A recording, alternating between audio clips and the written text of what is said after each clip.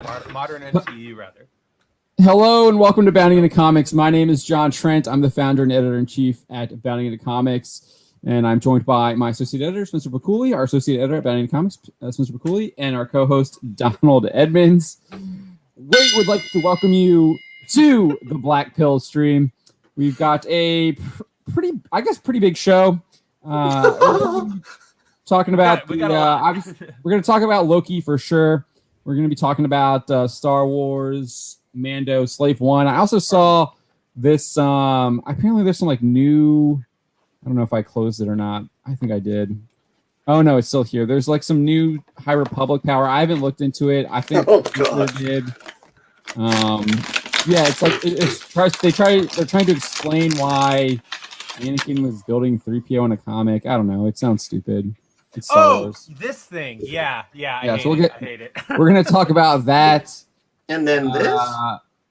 Yeah, you guys will talk about X Factor. Talk about that. With what's going on with Lee Williams. I'm actually not up to date. I've only seen what you guys have been posting on that in the Slack chat. So we will, you'll catch me up on that. So that'll be interesting to talk about. But yeah, we have a lot to talk about. A good I don't think. Yeah, I don't think we're gonna go 4 hours like we did last time. We'll probably stick to the 3 hours on this one. But let's get us going again. Yeah, I think it's gonna be 3 hours this time. 4 hours was rough on me last time. But yeah, let's get to the chat here. I see Roof Korean is here. He says should have added the. I'm not gonna read that. Never mind. He liked the thumbnail. Yeah, Spencer had one too that he sent, but I was just like, see, no, you know what? I like yours a lot better. I didn't even think about doing it that way when I saw it.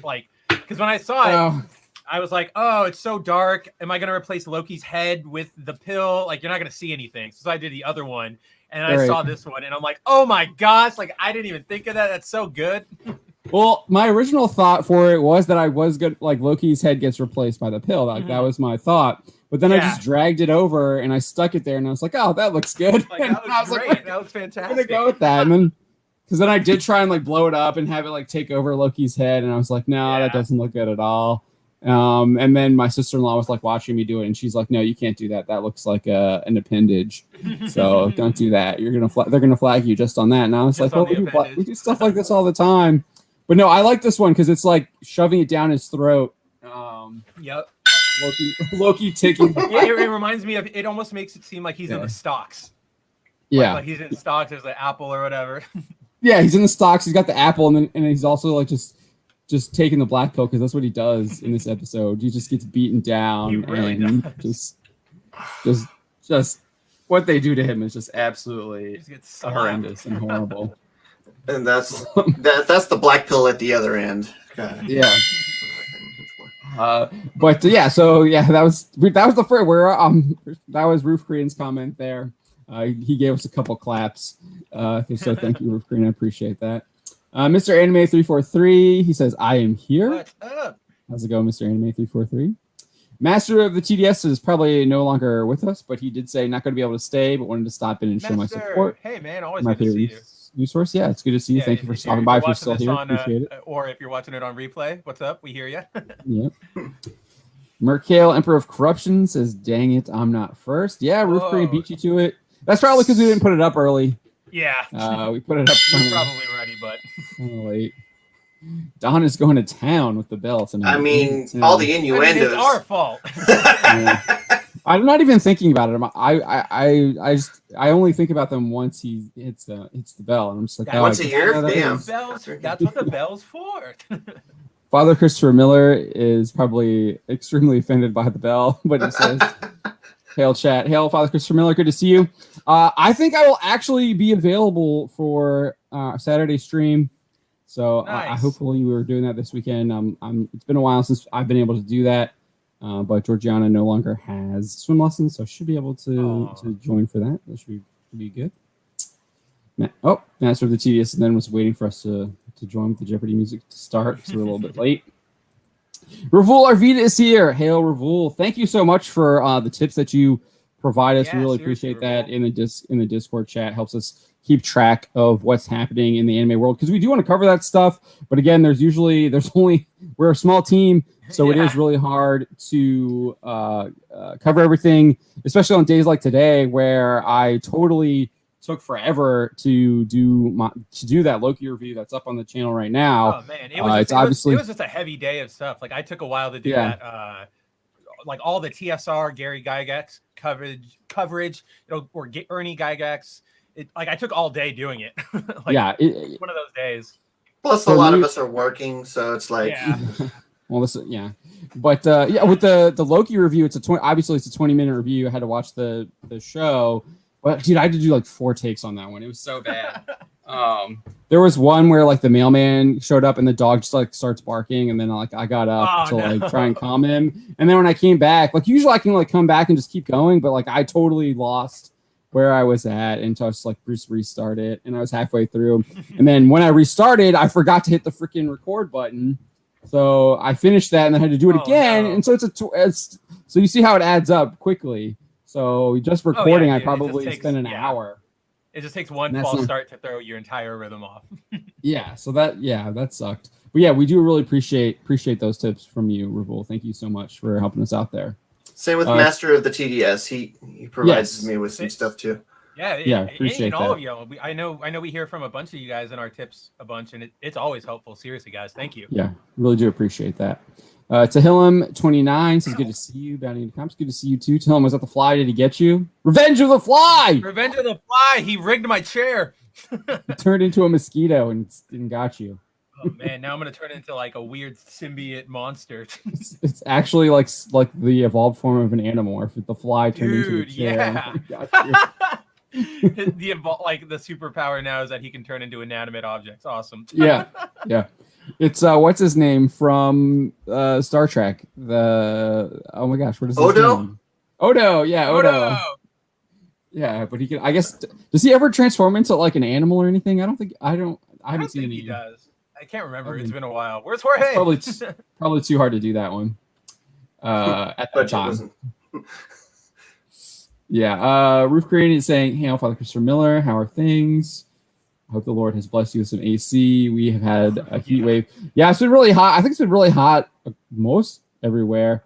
Oh yeah, we'll talk about that too. Speaking of heat waves, apparently it's been so hot that it's stopping video game designers from creating video games now. Yeah, guys, good. Because apparently they don't know anything about air conditioning, and video games have never been created in areas where it's like hot year round, like Florida or Texas. Never ever happens.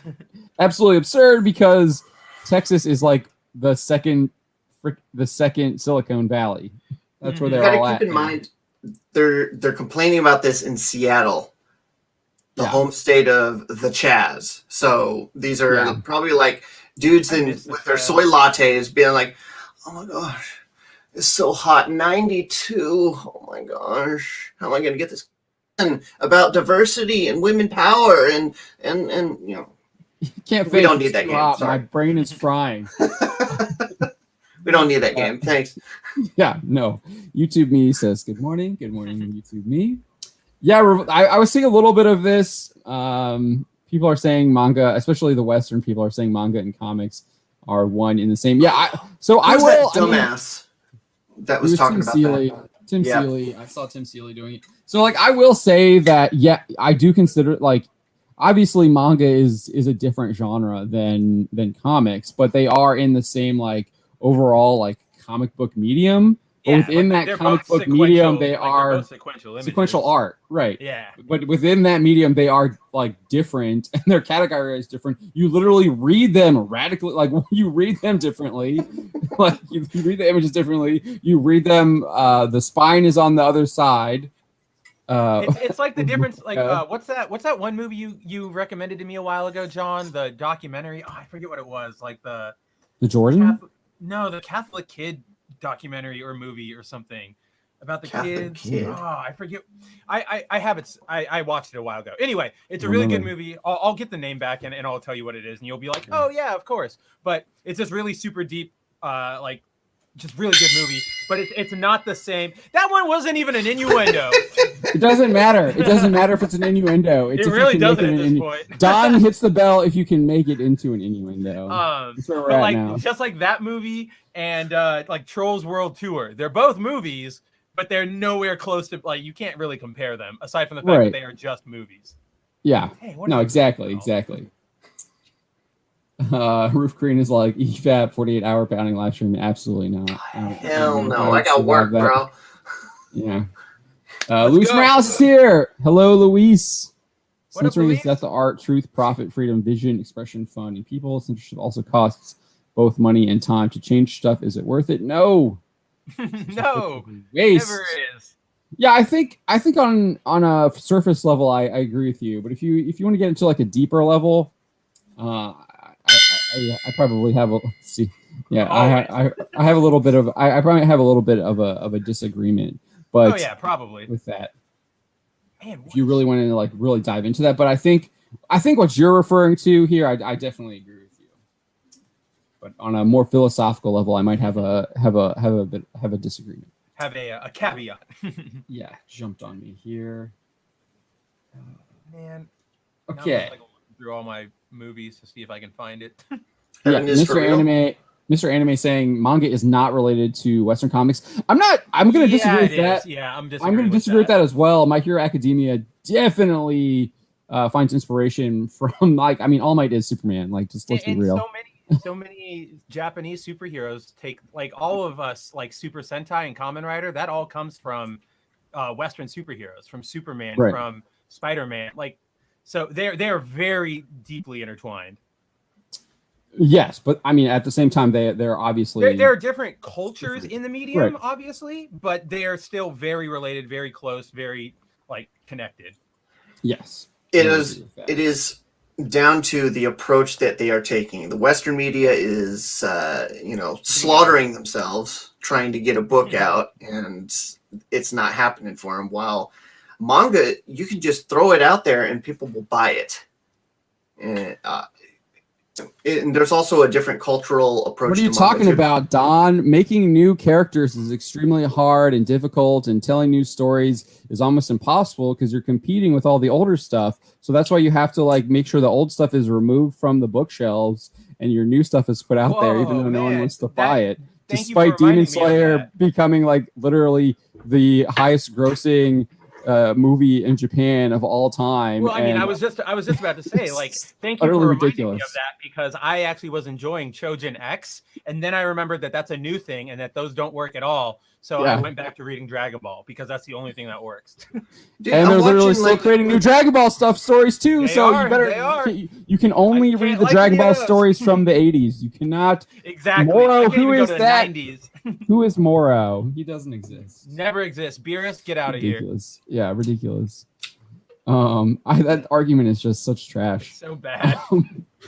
Look at Teenage Mutant Ninja Turtles. It came out in the late 80s and they had an animated show literally less than a decade later. So it's such a garbage argument. There's so many examples. And I'm sure like we could all sit here and there are examples of cool characters in the last, I mean, not 10 years probably, but 10 years before that we all liked, that were new, that they tried, and they weren't just like, how do we push this message? It was more like, is this a cool character that can tell a cool story? And yeah, there was never is anymore. There was actually an interesting Batman villain that came out. I forget what his name was. I liked Bloom. We've been over this. I didn't like Bloom for his Bloom gimmick. I liked his gimmick. In the very beginning. In the very beginning. Bloom was interesting. And then it went downhill from there for sure. Oh, Fatima. But that's the movie. Fatima. Yeah. That's the movie. Okay. So now you know what I'm talking about. That's a great, fantastic film. Yes, I agree. I think it's still on the Netflix. Catholic children. Yeah, I had no idea. I was like, no idea what you're talking about. I was just like, the three kids. I see them in my face. Yes. But what was I gonna say? Nobody. Okay. I don't remember what I was going to say now. I had an interesting point. Spencer was talking about something in his face. Everything. I'm not gonna get us banned. Father Christopher Miller says it's so hard. Like when people are responding to Roof Crane, I have to remember like his name is like extremely long. Father Christopher says I'm winding down for the night, just getting ready for Philly Vegas. That should be a lot of fun. Adega Outlaw, how's it going, Adega? I was watching you on Dark Matter Mondays with Andrew Moody. It was an excellent stream. Obviously did 2 articles on that. I was actually the article I published today was what I was working on originally yesterday, and then I found the Star Trek stuff, and I was like, wait, this is way juicier. I'm going to run this.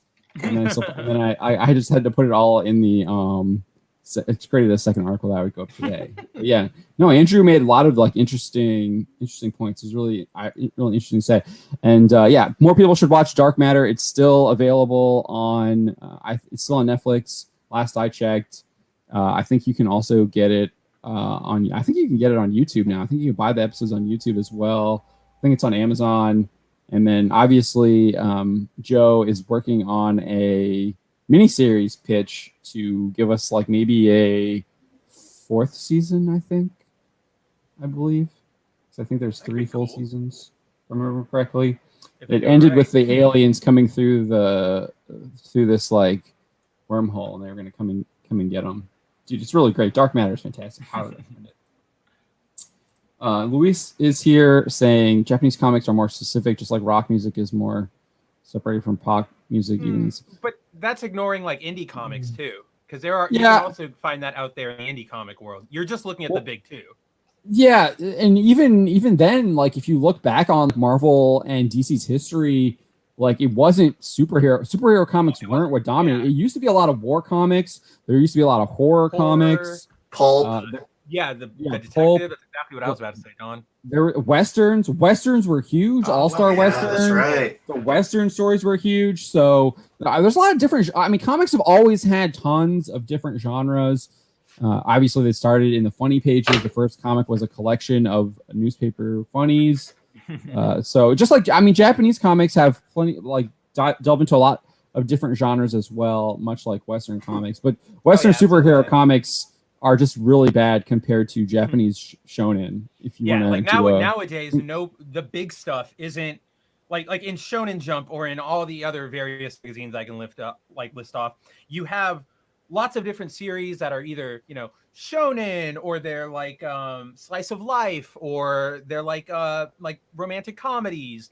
But in Marvel, in the big 2, you only have these specific superhero stories now. You have your previous hero sucks now, new one is better. Everything is the new changing. One is better because the old one is bad. Right, new one is better because old one is bad. Gotta put down the old one. Movie like storyline to justify a change that makes it more in line with the movie, and or tries to at least, and then reboot. That's all you have now. Yeah, it's like they switched roles. It's like now Japan is doing like Golden Age, like all these varieties, like sports, it's true. Manga, like weird alien manga, weird. And then superhero stuff, and then this is all that they're left with in America. We're just gonna harp on the superhero manga and see what happens, or superhero genre and see what happens. Like I would even argue, like even within shonen, they go like you have like horror within shonen. Like I would say like Tokyo Ghoul is kind of like body horror within. Isn't there Junji Ito stuff coming out? Oh yeah, Junji Ito is horror. Yeah, dude, I reviewed for the site. We got a copy back around Halloween. I forget the title of it off the top of my head, but it's this horror manga about this detective who has to like fight a curse of like zombie, mummy, werewolf. It's really cool. But yeah, lots of horror coming out of there. Yeah. So even what's the Jujutsu Kaisen? I would describe that as like a horror. As a horror shonen. So even like mixed with supernatural. As well, so I'd almost say, like, to me, most I can. Fate is like historical fiction. Fate's like a historical fiction type thing. Like the last when cicadas cry. The last time I can think, the last time I can think of like the big 2 trying something, like trying to go out and even flirt with other story ideas was New 52, because you got All-Star Western came back. Right. And again, I mean, it flirts with it because they brought back the concept, but they still were really trying to cram in like the continuity of the main universe and the superheroics and stuff. But they were at least acknowledging it, and now it's just nowhere. Yeah, I mean, in their mainstream, in like their big books, you don't see it at all. I mean, you might see with the Punisher when they bring in Garth Ennis and do a Punisher story, you get a war book. Right. I think he did like he recently did a war book with Punisher. I forget what the specific title it was called. If they have like a Black Widow book, it can be like some spy. Obviously, it's a spy book, but for the most part, like what you're saying, yeah, it's not that like X-Men. I haven't been reading X-Men, but I did read. It's a superhero book. It's not. I mean, I have the when it started. What is it called again? Which one? House of X, Powers of X. Oh, House and Powers. Yeah, it's a pure superhero. There isn't. Yeah. I wouldn't say that there's anything else aside from superhero in there. Maybe you could have like some sci-fi in there when they go to the future stuff, and you see some of that. Bit. I think they were trying to push it to be like a politically intriguey book because with the whole, like we're developing our own nation. Game of Thrones. Yeah, exactly. Going Game of Thronesy, but they also, I don't know. I just felt or like even Dune. It got lost along the way. Yeah, get lost along the way. The promise of that was there, and now it's now like they're having like George R.R. Martin show up at like that Hellfire. Too many cooks in the kitchen, and some of those cooks are horrible. I mean, it's just a pure like pandering exercise now, is what it looks like. The more I read about the Hellfire Gala, it's just like, who can we get in here to like pander to? Like one thing, one thing that makes me so mad about the Hellfire Gala with those like special guests like Kevin Feige and Eminem is like, it's exactly for pandering, John, because nobody is dressed up. Like Kevin Feige's not dressed up in a special gown. Eminem is literally wearing his hoodie and hat look from like his latest music video. Like it's literally, oh, look, it's him. I like this book because it's that person I know. Like, dude, give all these other people, like, if you're going to put Eminem in, give Eminem a ridiculous ass outfit. All right? And if you're going to have those people in there, like, actually do something like interesting with it. Like, Kevin Feige should be like dropping like a bomb on like what's happening in Phase 4 or something like that. Or he should have been, or like a cool little like, or like a cool little like Easter egg where he's like, oh, I work with the Avengers and we have this big thing coming up on schedule. And then Cyclops is like, oh, I'm sorry, I have to go. I'll get back to you. And then you just like never address it. Something like that. Instead of just like, hey, cool, thanks. Or like Peter Parker shows up or something like that. And he's just like, aren't you wanted for murder? Mm-hmm. And then he pulls up the Jay Jonah podcast or something. Yeah, dude, that would be awesome. But they never do anything fun like that. You have some weird filter on your screen, so it's really hard to see what you're putting up there, Don. Who's that? I don't know. Who is that? I don't know. That's Steve Aoki. Oh, okay. Just random. Randomly in the freaking frame. Like if you're going to do that as like a marketer, like Eminem should be like hawking his CD or something like that, or like make it relevant, not just like have him being the DJ of the party, or pimp his card company. You know, the Coffee Breakers in Southern California. Thank you. All right, Merkel says Tom Ska's Mind Turtle is in Monster Legends. I think Don, you were playing that. I don't know if you. I was, and then life caught up with me. Master of the TDS just says, I'm now leaving. Keep up the great work and content. I'll see if I can step in later. Yeah, hopefully we'll still be here when you get back. Mr. Anime 343 says it's good to see Quentin Tarantino taking a stand against woke Hollywood since he's my favorite director. He definitely was calling out that ideology is over everything. But I did see some criticisms where like, dude, your like last two movies were like that ideology, which I don't know. I didn't see his last two movies. I didn't see Once Upon a Time in Hollywood or Django or Hateful Eight. I guess that's three. But I haven't seen either of those. I heard really good things about Once Upon a Time in Hollywood, but I haven't seen. I think. Okay, yeah. So I don't know. I did see people were trying to criticize him for that, but I'm not sure if that criticism stands up because it's hard for me to judge that criticism because I haven't seen those movies. So I don't know, but I have seen Inglourious. I have seen Kill Bill, and those aren't part of that zeitgeist that's in Hollywood right now. So I don't know. I'm skeptical of that criticism. But yeah, it is good to see. It is good to see Tarantino, who's actually, I think, a big name, influential person in Hollywood, although he might be getting run over the coals here for his Weinstein comments as well. We'll have a story up on that tomorrow. But I mean, everyone in Hollywood should be getting run over the coals for that, honestly. But it is good to see him. It's good to see him, and I thought he was totally on point. That's exactly what we've been saying here.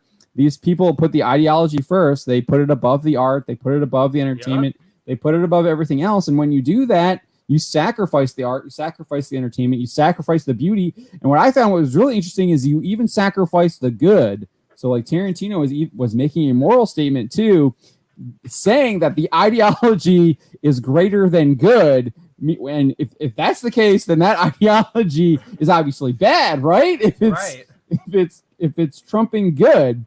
So I found that really interesting as well. I didn't point that out in case anybody doesn't know, Tarantino wasn't saying like this ideology should trump good. He was saying this is the problem. Just so everybody knows. Yeah. He was saying ideology trumps good, and basically saying that idea, like by saying that, he's saying that that ideology is bad because it's trumping good, right? So he's saying it's trumping making that comparison. Yeah. He went art. He said art, entertaining, good, truth, I think, and then something else. And then Bill Maher had said something about that's definitely what the awards show. And then he went on listed them all out.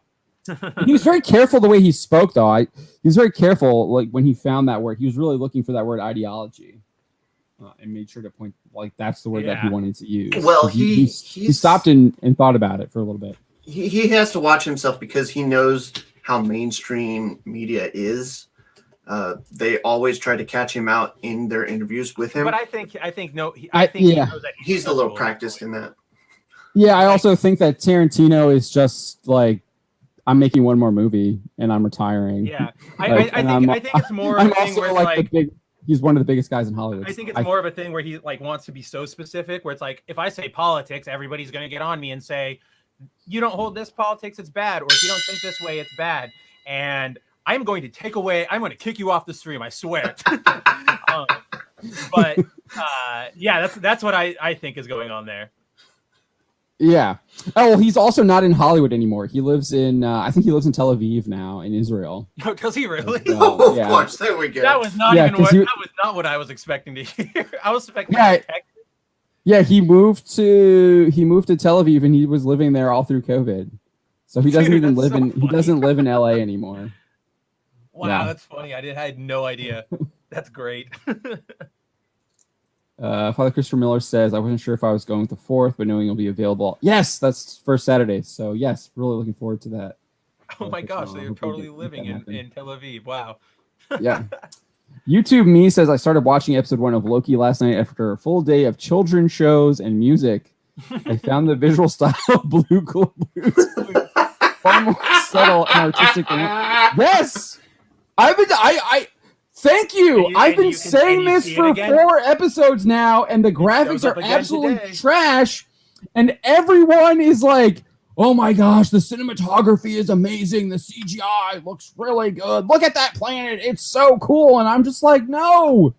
You can see the green screen. It's so bad. Dude, it's really bad. Timekeepers look awful. Oh, yeah.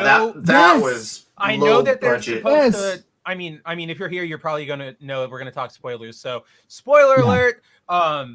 Yes, I know that they are robots, but even still, they're supposed to be realistic, believable robots. Dude, they looked bad. Yeah, they weren't very good. Bad. There's a reason why when you first see them, they're literally zoomed out. They only zoom in on them once or twice, and then they get chopped. Then when she chops them off, they're so far away again. Because it was that bad. Away again. And then they don't even show you it's only the bottom of the head, dude. It's so bad.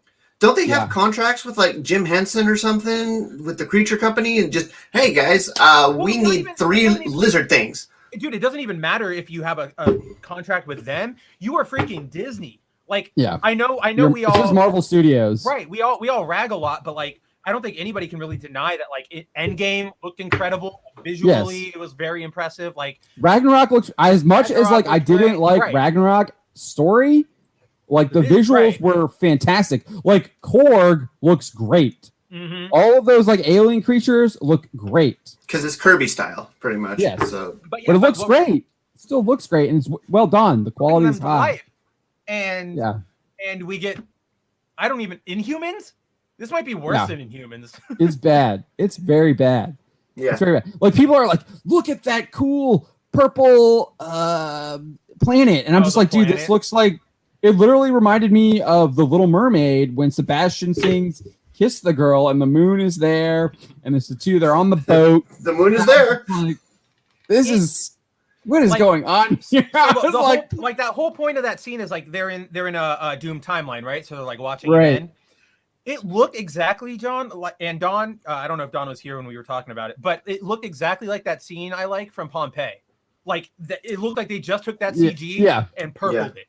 And I was just like, I feel like we've seen this rushing dust at us already. Like, what's happening here? Yeah, it's called Iron Man 1. Yeah, and I hate that. I really hate that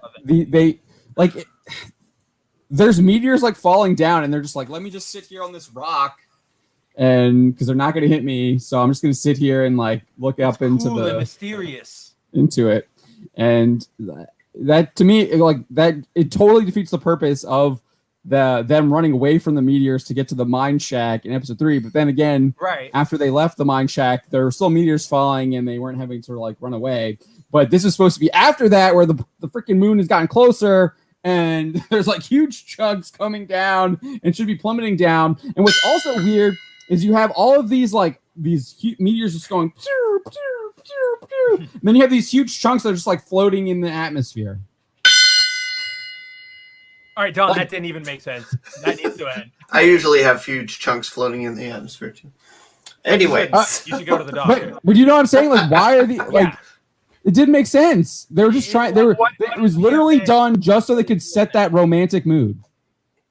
It was so weird to me. All of that was weird. And even like even not even the digital sets too. Like the physical set where he runs into Jamie Alexander. Like that set sucked. It looked really weird. Yeah, the set designs aren't good either. Like an old Star Trek set. It was really weird. Dude, people have been clamoring for Jamie Alexander's wig 10 years too. For Jamie Alexander to come back to the Marvel Cinematic Universe. They just do it for that. Like, why isn't it female Loki? It's another one of those moments, Don.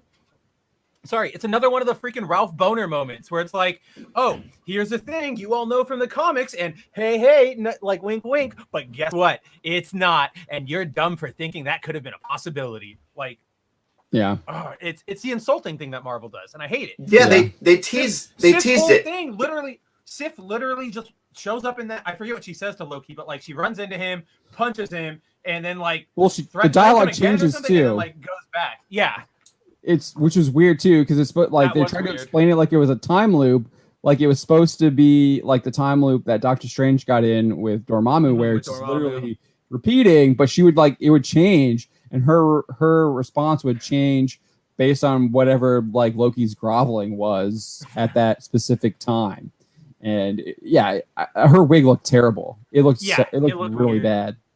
And they intentionally tried to make her ugly. We know it's supposed to be a bad haircut, but like even for a bad haircut, that wig is bad. And, they were trying to do that. They also were trying to do that. I think that's why it looks because they were trying to make her look look. I just feel like I'm getting can't outshine female Loki, right? Right. Yeah. There's that, and I just feel like they only bring in these moments to make fun of us. Like MCU fans, that's all it is now. Oh So I talked about this. Like I think I talked about that in I know I talked about it in one of them. I'm not sure if it was in the final cut. I'd have to go back and rewatch. But what they're doing to Loki is not only release the Trent cut. It's not only an insult to us or it's not only an insult to Loki, a character, but it's an insult to us, the viewers that know this character and know whatever they're doing.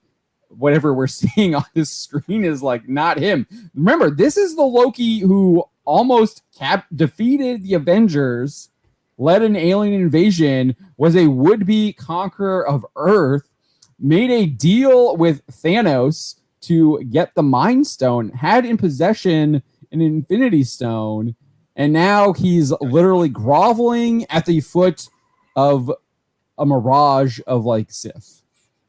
Like it literally breaks him. Weird. Like having that repeat over and over again broke him in less than a day. Like that is not the Loki that, that I know. He would never be broken that easily. Did they explain like how he got into that loop? Because I imagine he's outside of the TVA, so why wouldn't he just magic again?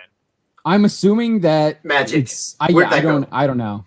Who knows? Well, again, the magic doesn't work in the TVA. We know that, but like he's not in the TVA, I presume. Maybe they could have. They could have teleported him. Yeah, because he does go through the time pad, but they did make it a little bit different, and they put like a red glow around it. Yeah, that's right. It did have. So a different color. To me, I just assumed like he went to like a different part of the TVA. So someone was saying to me that was just me. That's the only way I could make Phantom Zone sense kind of of just this like little pocket dimension that they can kind of trap you in. So yeah, or like the mirror dimension. Shout out to Shadiversity. He was saying that if the audience has to fill in the blanks for your crappy story, then you know it's crappy. So we're filling in the blanks for all of these inconsistencies with the magic, with the powers of the stones, with the powers that are in the TVA, and all of the reality that's surrounding this imaginary place. We're filling. Yeah, we still have no idea why the magic. That's bad writing. Yeah. We still have no idea why. No, I think if by the end we don't know anything, and right, it's kind of like WandaVision, then it's bad writing. But I think until then, it's just suspense, I guess, or like, and we can say like these are bad attempts at building suspense. But I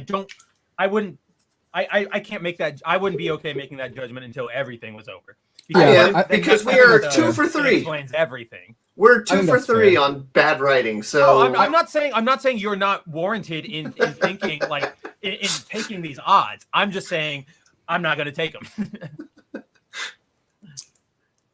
I think both what you guys are saying is true. I lean more towards like I think what you're saying is fair. We have to wait till the end, but I'm also on Don's side. It's like this is modern Marvel now. We kind of know what they've been doing, and this episode proves that like the writing is absolutely garbage. Especially like not even like with what they do to Loki, where they just kind of especially with the Sif stuff. Mobius is putting him down, all the stuff that happens. But even with Sylvie. I thought what they did with her was just absolutely just stupid as well, because you get this scene where B-15 literally takes her back to Rock's cart, so we know she can use her enchantment there. We see it. She uses her enchantment, and she's just like, yeah, keep me locked up with my collar. Yeah, right? Because why? I have no idea, because apparently she wants to do this because we have to have that end fight where B-15 comes in and like frees them and they fight the timekeepers or whatever. Whereas like it's like, no, I'm pretty sure she would craft her own plan like she did before. I don't know. And she wouldn't work with B-15 because she wouldn't trust her to do that. So like she would have already had if she kept the collar on, it would have been deactivated already, but she would have been like faking it, and she wouldn't have to rely on B-15 to push the button to like take the collar off. Yeah, I didn't like that. I didn't like that at all. I thought that was out of character for Sylvie too. So even there's characters. Yeah. I mean, legend characters. This episode unraveled every logical process that was in the show. Like, okay, so why do they have a judicial process for the people that they bring in? That never made because now I'm starting to think, wait a minute, they just melted a guy right on the spot in the lobby twice. Yeah, why don't they just done it twice? Yeah, why don't they just do that with Loki and just be done with it? What is the whole point of this entire process? Why bring them before the lizards to belt them? You know? No, I pointed that out in my review as well. The only reason why they go in front of the timekeepers is so you can have that fight scene at the end and have them like expose the timekeepers as they like. That's the only like it's plot armor. As right, someone, because remember, this plan is only like the whole thing of keeping Loki around and like using him for something was only Owen Wilson's idea. There's no reason the rest of the TVA should have some big elaborate plot set up for him. Yeah, I didn't understand. They caught them. Why didn't they just zap them then? Why do they need to like bring back? And then the only explanation that they give in the story for that is they want to figure out what that spike was that was created when they were like about to kiss or whatever. Because and then also which contradicts the whole purpose of them finding Sylvie in the first place when they go to Pompeii. Because we know that they can't. There's no Nexus. What is it? Nexus energy. Nexus, yeah. In Nexus events. Yeah. Right? Or is that what it's called? Nexus. Nexus or variant. Isn't that what the show's called? Or yeah, that's what the I think it's Nexus. Called, is Nexus. The Nexus event. So it's Nexus energy. Yeah. So she was able to hide for how many ever years it is she's hiding in these Nexus events because you can do whatever you want in those Nexus events without triggering them. But they're in a Nexus event and then like romancing apparently triggers it. So that throws that entire theory out the window that they established as a rule of the universe in episode 2. And by episode 4, that rule is already broken, thrown away, trashed. Right. Which is what you're saying, Don. Yeah. The logic of everything. Yeah. And then also, she also like in that first opening flashback scene, memory scene, or whatever that is of Renslayer, like Renslayer literally failed. How did she get promoted? I can explain that. Failing up. That's the mentality of Hollywood. If you fail, you will be promoted. Yeah. Yeah. I can't even take an opposite bent to that. It's hell, you know, when you're working out in your own companies, there's some assholes out there who just fail at everything, and somehow, some way, they get promoted to being like super managers above you, and they eventually get to tell you what to do, and then you're like, "Fuck this job." No, I get that, but I definitely understand that. But within the show, we get this whole like dialogue of Mobius being told he can't like do any of this stuff and that he's the one who's getting blamed when it's like, no, it's literally Renslayer, like let this person go how many ever number of years ago it was. I said 30 or 40 in my review. I think someone pointed out in the comments that Asgardians live thousands of years. So she could be like 2,000 years old at this point, and she's been on the run for that long. So it's a 2,000-year-old failure of Renslayer. And then, if another point was also the fact that you have your head investigator isn't allowed to actually interrogate the suspect to like figure out what it is. Like, okay, like that was just horrible. Like that was horrible. Idea of a court in a trial setting-ish thing doesn't make sense unless you actually use the processes, I guess. Like even the one in The Dark Knight Rises that we like so much. Like, yes. Kangaroo Court, completely rigged, completely not like real. But guess what? They still went through the whole thing of like, here's your crimes, here's like a lawyer, here's like your defense. Like that's the whole appeal of these trial sort of what do you call them? Right, like, it was a show trial. In Dark Knight Rises, it was a show trial. Right. You obviously was like shown that way, and Gordon makes a point of it. He calls it out, but it doesn't matter because that's the point of it, anyways. Like that, it's supposed to be like but you're not empowered anymore. They can't even show us in this. Right. It's like they missed the basic appeal of what makes courtrooms and legal drama cool, which is like the tension of whether he's innocent or guilty. Yeah, exactly. That's exactly what it is. The tension of guilty or innocent, and that's not here because we don't even know what he's. I still don't know why he's in trouble. Why didn't you just put him right back where he came from? Like he was in handcuffs. Grab the cube. You get him. You take the cube away, and you kick his ass right back into the timeline. He can't. What's he gonna do then? Like, I think they already didn't they zap that? Yeah, they nuked the timeline. They nuked the timeline because that's what they do. They set these charges off that at least this is what they tell us. Yeah, when did they set the charge off in that timeline, or did they just mention it? In the Gobi Desert?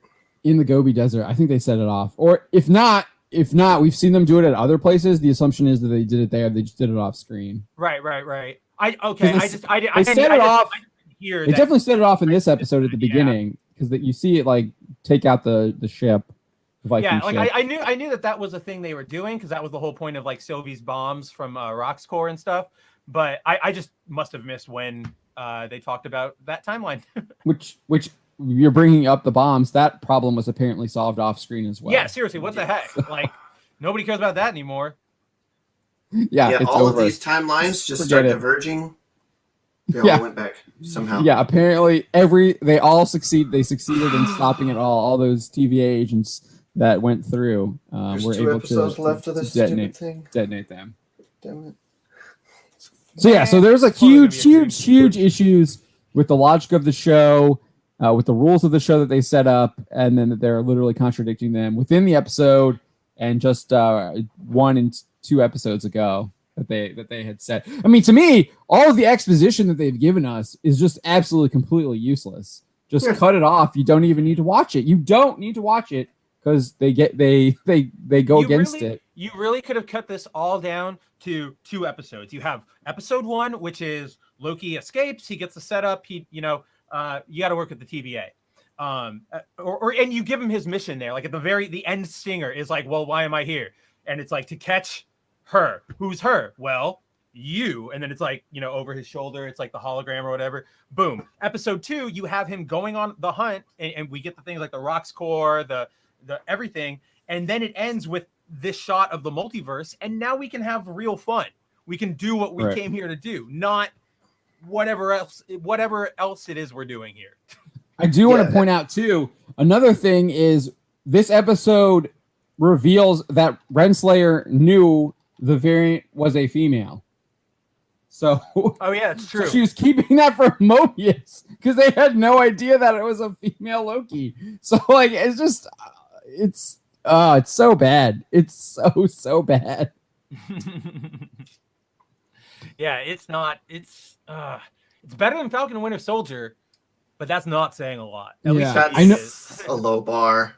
I know that's what I mean. Like the one thing that was interesting is Renslayer did not seem shocked at all that the whatever the timekeepers were mindless androids, which I thought was interesting. They called them androids and then called them mindless. Which is like contradictory to what an android is. Right. It's like, you did just do a show called WandaVision and that dealt with an android. Like is an android. You dealt with him being an android and a robot because there were the 2 visions. Like we've been over this, people. Here's the thing that was bizarre to me, and I wrote about this. Like in The Wizard of Oz, Dorothy and the gang had enough wherewithal to look behind the curtain and find out there was a guy pulling the strings behind the curtain. Yeah. Who was the actual great and powerful Oz.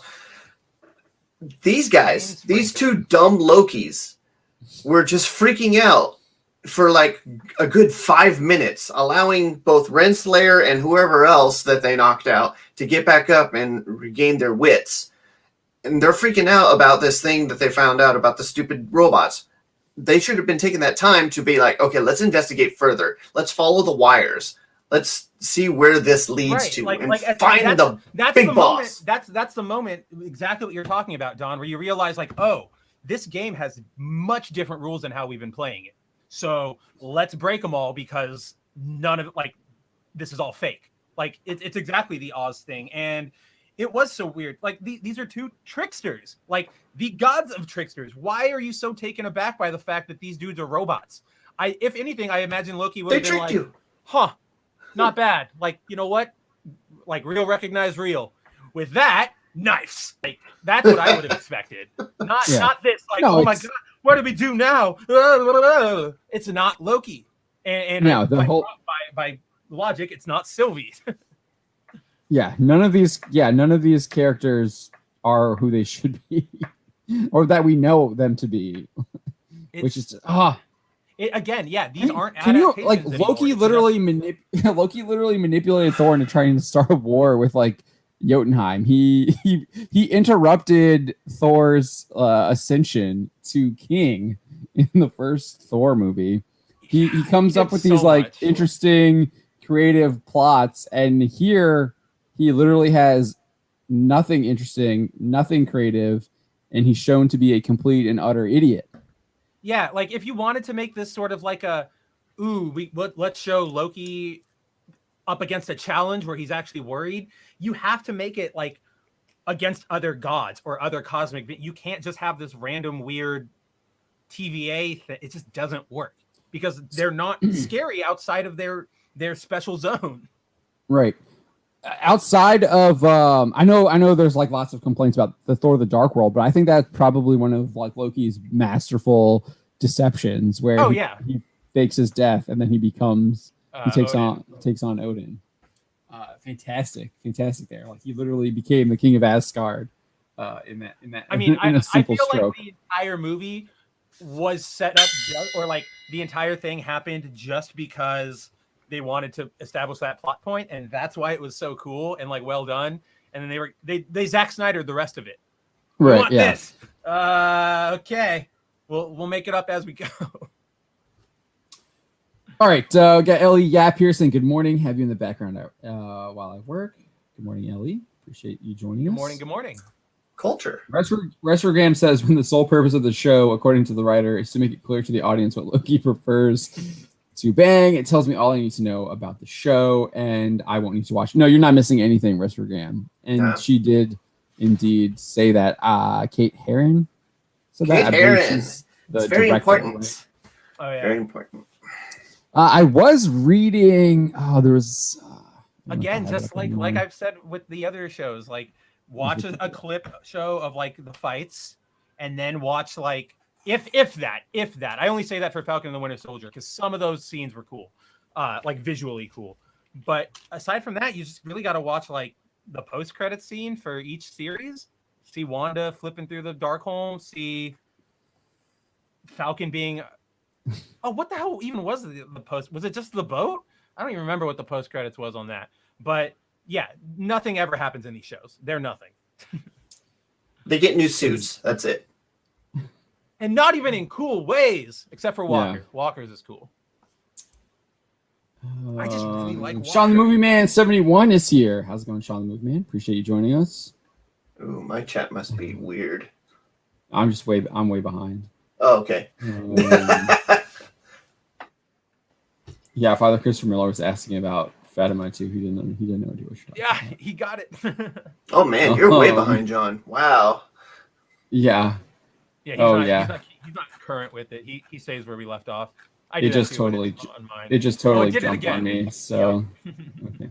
Oh, you saw it too? It jumps on you too? No, I just like it keeps happening to you, like us. Like, yeah. Like, what? Stop it. Watch is here. Hello, Watch. Good to see you. What? Oh, problem. Yeah, Justin Ferreira says some stuff should be censored. Yeah, I think I think there's an actually interesting. I mean, we've talked about this. There's an interesting conversation for that. Yeah. Maybe that'll be a branding breakdown. That could be fun.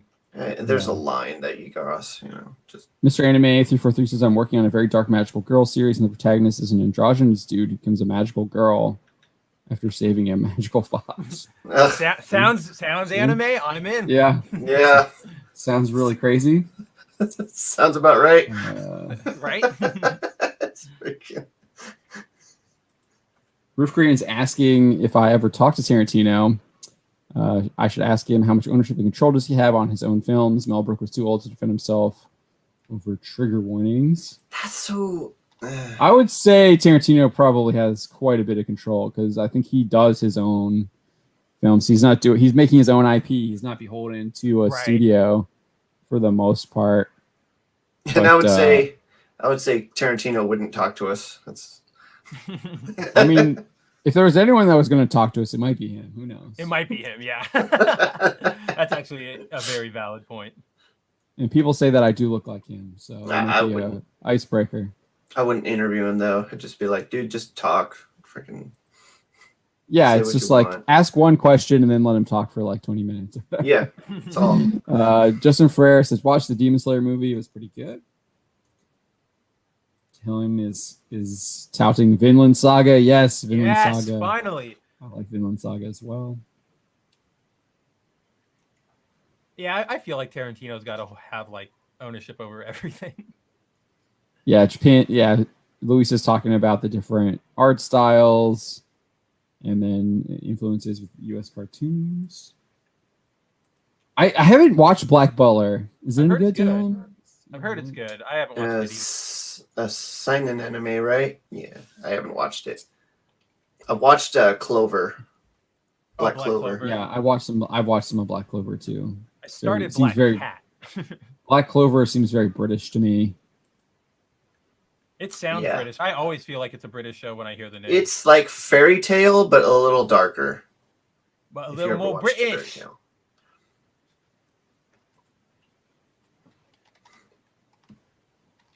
Like Fairy Tale Scottish, and then Black Butler is British. Raful Arvita says Tokyo Revenger sold over 700,000 copies last week. Yeah, I actually saw something about that. They've been changing their cover art style to try and appeal to different demos, and it was interesting to see how the different art styles appeal to the different demos. Yeah, Dega says Joe's working on 5 things right now. Yeah, I know he was talking about a bunch of stuff. I was reading his blog posts that he put up yesterday, I think, and he said he's got like a secret project, like secret graphic novel project that he's looking to adapt that he's working on, and he's got a couple paid scripts in the works as well. So yeah, he's staying busy. He seems like a pretty good guy. A busy lad, yeah. I've seen Joe's pretty good. Very humble too. Very humble. Comes across to me as very humble.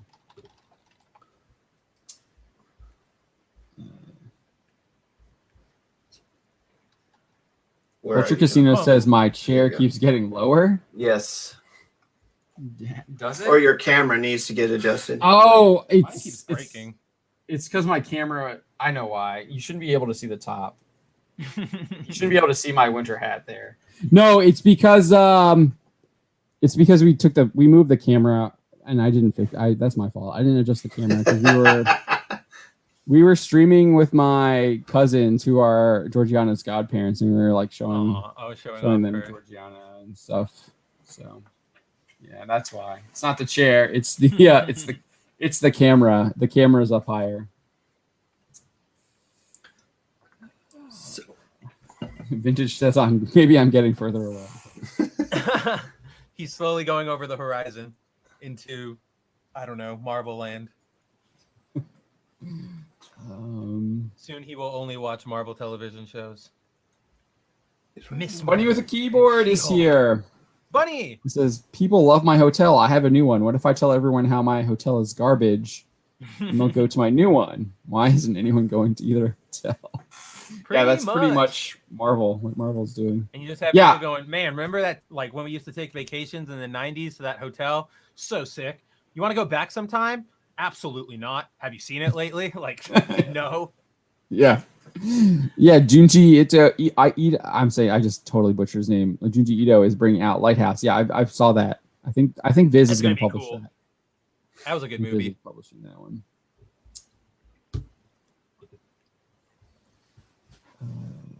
All A24 movies are good, but that's just me. I like all A24 movies I've seen. And now we shall witness as John tried to catch up. Whatchamacallit, Pixar for adults. Sean the Movie Man 71 says basically all the popular traditional white male heroes are being deconstructed, diminished, and bamboozled, being replaced by their more superior, perfect female counterparts. Boring. Yeah, Sean, that's definitely seems to be a pattern that's happening. Loki is definitely part of that pattern. They even showed that the 8-year-old girl was able to break away from the TVA easier than adult Loki was. Yeah. So yeah, she's the superior Loki, right? That's what they were calling her. Oh gosh, bringing that title in. We're doing this. No, that's what they're calling her. I know, but like, I didn't put it together. So oh yeah, I'm putting it together. So that stupid fight scene at the end. Give me my Doc Ock of which with the TVA guards. Oh, it was so contrived. It was so bad. Are you talking about the newest episode, Don? Yeah. Like right, in the one, right? In the green timekeepers room. It's like, did you have They had the melt sticks. John, which fight are you talking about? The final fight. In which episode? Episode 4. This episode. Right? This one, Okay. yeah. No, yeah. To me, one. all it takes is one. But to me, the fact that they actually struggle again, these are supposed to be. I don't know if I guess it says Laffy's daughter, so she's still a Jotun. So these are literally Jotuns that should have no problems like defeating humans. We saw in episode 3 You would think. her just like owning these people. Like she went through the hallways and was just wrecking them. Yeah, like just tearing them apart. And in the tent. Obviously in the tent she had them enchanted, but she does like stab the one and then slits the throat of the other. But to me, like that fight wasn't earned, and there were like no stakes to the fight because it's like these people are like not going to be able to do anything to them. This is a joke. These are like Norse gods fighting against rando humans that have been plucked from the timeline. So I just thought that was just like it was just garbage from that point. And like it was so weird too. They stopped in the middle of the fight. Loki's like, I need help. And they like literally stop. And she like turns around and like throws the sword to him. It's like, yeah, you just got like whacked with the stick. Weird. Yeah. Like, yeah, that was like a 3-minute pause. Yeah, it was so bad. It was so bad. And the only reason for that was the female Loki needed to help out the male Loki. I mean, is what Sean was talking about. I think Iron Fist season 1 had better fighting.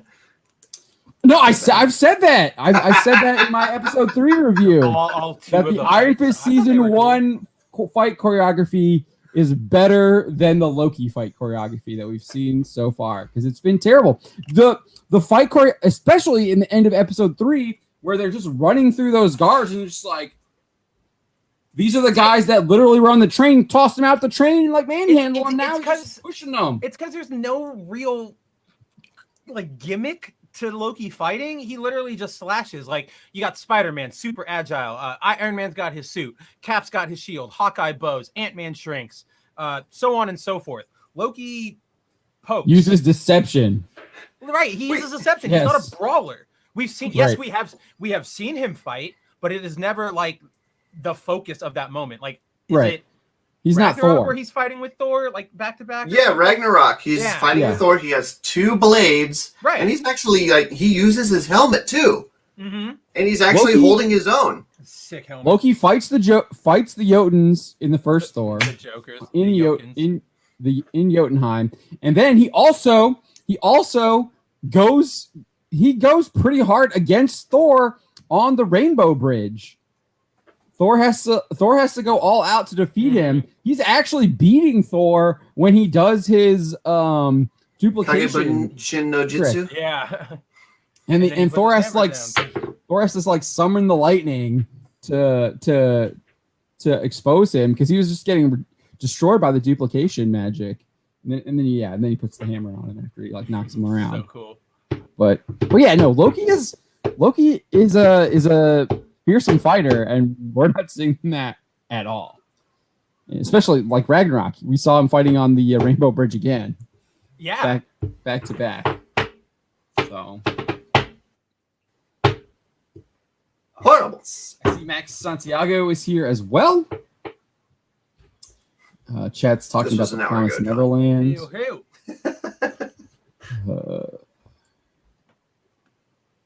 Yeah, Justin Ferreira is talking about Tarantino defending Roman Polanski. Yeah, we kind of mentioned. I kind of hinted at that with the Weinstein stuff. So. But I do agree with him on the ideology stuff, though, taking over Hollywood. I do agree with him with that.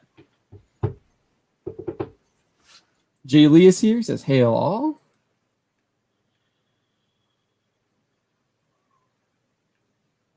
Jay Lee.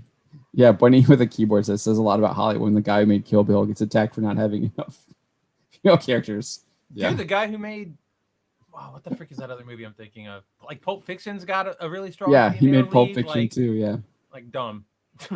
yeah, it's terrible. I think. Christopher Miller said good night. Good night, Father Christopher Miller. Yeah, Good it night, looks like I'm Father. about a half hour behind. 9:41. Or an hour.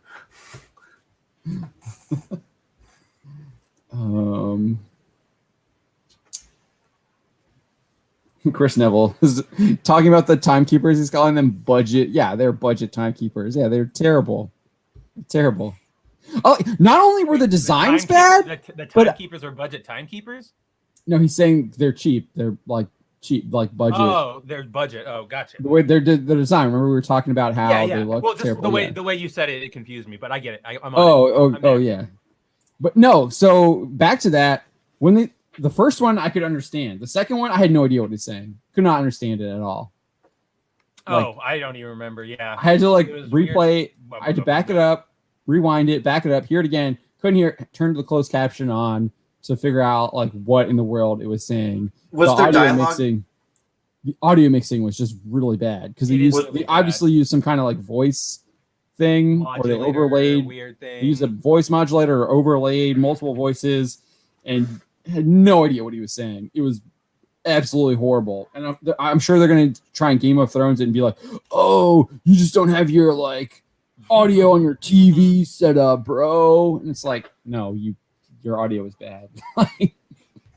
Was their dialogue helpful in any way to understand the story, or No. You didn't really know. I mean, I wanted to know what he was saying because I couldn't understand what he was saying. But just in case he had something interesting to say. But no, it was just like, your taunts will not like affect us, blah, blah, blah. You're a mistake or whatever. Like, and then he was like, delete them. It was so stupid. It was like, what was the point of bringing them to you if you're just going to say delete them? Exactly. Yeah. You should kind of know a little bit. This show sucks. Sean the Movie Man says the smoke monster on Lost look better than them cheap looking timekeepers. I don't know. I don't know. It looks bad. It looks honestly bad. I think I've echoed, or at least people have blocked me to the point where I'm in an echo chamber now, because all I see are negative comments about what this Loki show is. Okay. Dude, you need to go to Discussing Film and just read their responses. So, or IGN. Did Loki even trend today? It was it did. It was a paid trend. By paid. Disney, and then after like whatever they ran out, it was still trending. But yeah, it was up there. But it started off as a paid trend. At least that's what my Twitter was showing. It looks so bad. Dude, the Space Jam looks terrible too. Spencer showed me a shot of the tie-in comic. Oh my gosh, LeBron looks terrible. Pull it up. The plot, yeah, I can pull it up. Oh pull man, it looks so bad. So dumb, dudes. For what? Bunny with a keyboard says for Loki, even Kermit the Frog was talking trash about how bad the timekeeper were. Oh, that's hilarious. Thank you for that, Bunny. That's true. Condescending Josh is here. Good to see you. What up, Josh? The quality of the show is rubbish, and they push for bisexual Loki instead. You can't deliver quality, just pander, I guess. Yeah, I was actually seeing people. I don't know if you saw this, Don, but people were like, I can't believe they just did that. They came out with Loki being bisexual and then they killed him. What are they doing? Especially on the last day of Pride. Like, people were like so upset. Like they were reading hard, man. They obviously didn't see the post-credit scene, but yeah, I saw that. I didn't see that, unfortunately. I just saw a lot of outrage. Yeah, Bunny with a keyboard says, I love how Loki said X means it's totally canon. It's not like he's a god of lies or anything. Yeah, that's interesting too. That's a really funny. That's actually a really good point I never thought about. Oh, it's canon now. Yeah, why? It's Norse canon. So I think they tried, Chris. I think Why? Why isn't my thing showing? I don't know. They eventually gave an explanation where they were trying to figure out what caused the Nexus spike, despite them being in a Nexus event, like having a Nexus spike in a Nexus event, and that's how they tried to explain that. But they closed the case with just taking Loki's word for it, without investigating or interrogating Sylvie or getting any information from her. So yeah, there are no detectives there. Yeah, and I'm not sure if they. I don't know. I don't know. It's hard. I can't really answer that question anymore because I don't think the show Yeah, I was gonna say it doesn't really track. Yeah. All right. Here's look at this. It's so bad. Like, can you zoom in? Yeah, I'm zooming in on LeBron down there. Look at what they did. Oh my gosh.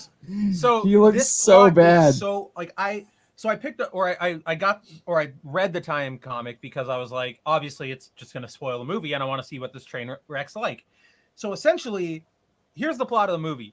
LeBron's son wants to develop video games. LeBron doesn't want him to develop video games, wants him to focus on playing basketball. The algorithm, the Warner Brothers algorithm, played by Don Cheadle, wants to take LeBron and market him. So they say, let's play a game. And if I win, you stay here. If you win, you can go home. Basically the same setup as last time, right? Except it's not aliens. It's right. I mean, but that's the competition thing. Is like, I want you, Michael Jordan, play a game against my team. If you lose, you stay here. Right. Okay. Yeah. So it's just that sort of same setup. But then they discover that there's no Monstars. Well, there are. Hold on. Okay. Sorry. So eventually, I know. So LeBron he goes, okay. So who am I playing? And it turns out that Don Cheadle recruited his son to develop a bunch of like video game. Like that's what the Monstars are. They're like robot digital things created by like combining NBA player DNA with the designs from LeBron's kids video game. Really stupid, right? But even worse is in this panel you can see like Lola's in Themyscira with Wonder Woman, but the whole thing is like apparently the Looney Tunes weren't cool anymore, so Warner sent them out to all their different properties to try and get maximum like revenue off of them. So you've got Lola and Wonder Woman, you've got you've got Daffy and I think Elmer Fudd. They did kind of do that. They did crossovers. That happened. They don't get to make that a bad plot point when that's really all they do. Like you can't say like this is so bad for the Looney Tunes, woe is the Looney Tunes, and then be like, oh, but by the way, we're gonna do it anyway. Like you don't get to do that. But so that's what the first part of the movie is that LeBron has to go to all these different Warner movies and get the damn Looney Tunes, and then they team up and they go to play, and the game itself is not a basketball game. Yes, you play it on a court and you're dressed, but there's no, the scoring is just like, did you do something cool? Here's 100 points. It doesn't matter. There are no stakes to this because so like Don Cheadle's like, yeah, check it out. Oh, first quarter's over. The Toon Squad has 45 points. Monstars 2.0 or whatever they're called, they have 1,500. And it's like, what? So what's the point? And then they win the game. Like LeBron and the Looney Tunes win the game by the All-Star game. Based off style. Yeah, basically. But it's the basketball competition, dunk competition. That's what he's saying. It's like the All-Star game, but there is no basketball. You literally just did Bugs Bunny make a funny? 20 points. Did Speedy Gonzalez trip on a burrito? 40 points. Like it's just dumb crap like that arbitrarily gives you these points. Like there's no, as the audience member, you don't care because nobody explains what does any of this mean. Like, does it really matter if they just scored 40 points with that dunk, or does it not? Is 5 points for that good, or is that like I don't know? And It all just really, resolves the way you think it would resolve. It's really not that hard to make a Space Jam sequel. You literally just have the aliens come back and be like, hey, we are pissed off that we lost the second time. We're back this time. We've stolen new basketball players, and we want a rematch. Yeah, it's Mortal Kombat, except with basketball. Boom. It's done. It's easy. Like it's literally all you need to do. Just new basketball players. Dumb. And they don't even directly you could have the first movie. You could have even done a different sport. But different sport would have been cool. Yeah, you could have done soccer or hockey or something like that, or baseball, football, whatever. They don't even give a proper shout out to Space Jam 1. There's literally just a scene where LeBron goes to Bugs and is like, "Hey, I need your help, in this basketball game." And Bugs goes, "Playing basketball with an NBA player? That sounds familiar." And that's it. Or he's like, I feel like I've been here before, and that's it. No Michael Jordan name drops. No Bill Murray. No Bill Murray. No. It's almost like the first movie didn't exist. It sounds like Ghostbusters 2016. Except for the fact that Lola exists still. That is not Lola. That is Slappy Squirrel. No, that's Lola. You can cry. This Lola is really cool. She's actually not bad in the movie. I saw like a clip where they get like high def upgrade. That's dude. Okay, in this comic they have that scene and the artist screws it up so bad. There's literally like all the Looney Tunes are standing in their jerseys and whoever it is like looks over at them and is like, "You need an HD upgrade," and their old jerseys become the new gross ones. But in the comic, one panel they're in their jerseys, next panel they're naked. And then the next panel, when they're naked, that's when you hear the line like "you need an upgrade," and then they turn into their new ones. Like it's so nobody cares about this. Like this is the laziest production on every level. I will say if you scroll down in here and look at LeBron's design here. So bad. Yeah, we've seen that before. It's just so basic. It doesn't even look like LeBron. It's just no, it doesn't. It's just guy with a beard. Yeah, it's so bad.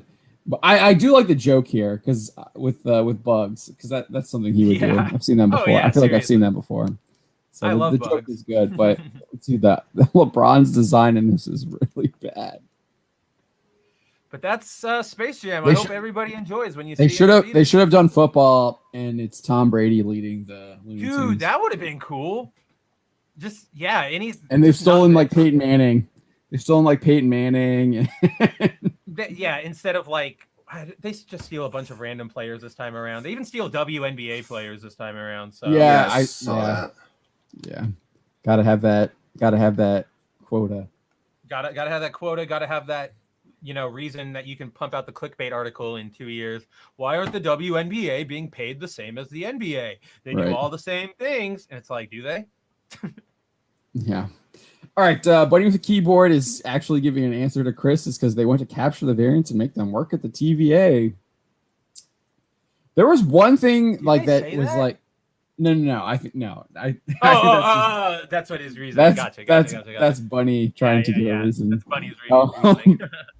We did get this one bit where when they're in the elevator going up to meet the timekeepers, Renslayer's like, I don't remember what the Nexus event was that sent me to get you or whatever. And I thought that was interesting. It's almost like her memory had been wiped as well.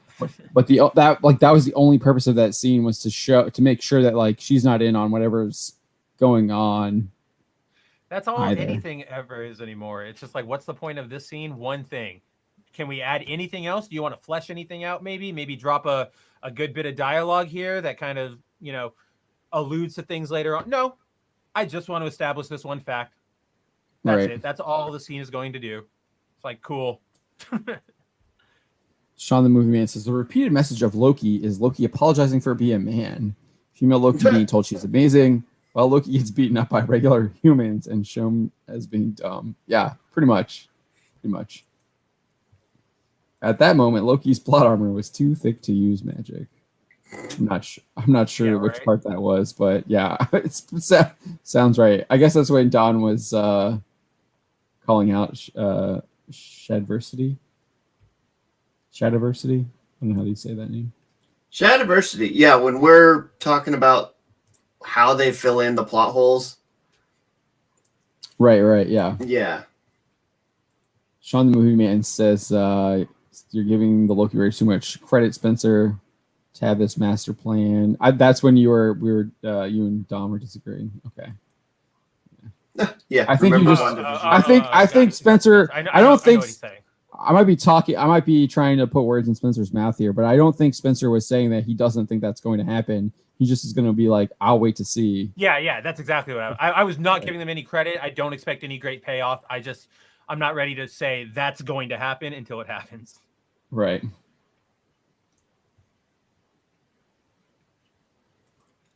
Yeah, Bunny with the keyboard. Yeah, you're right. Episode 2 kind of showed us that.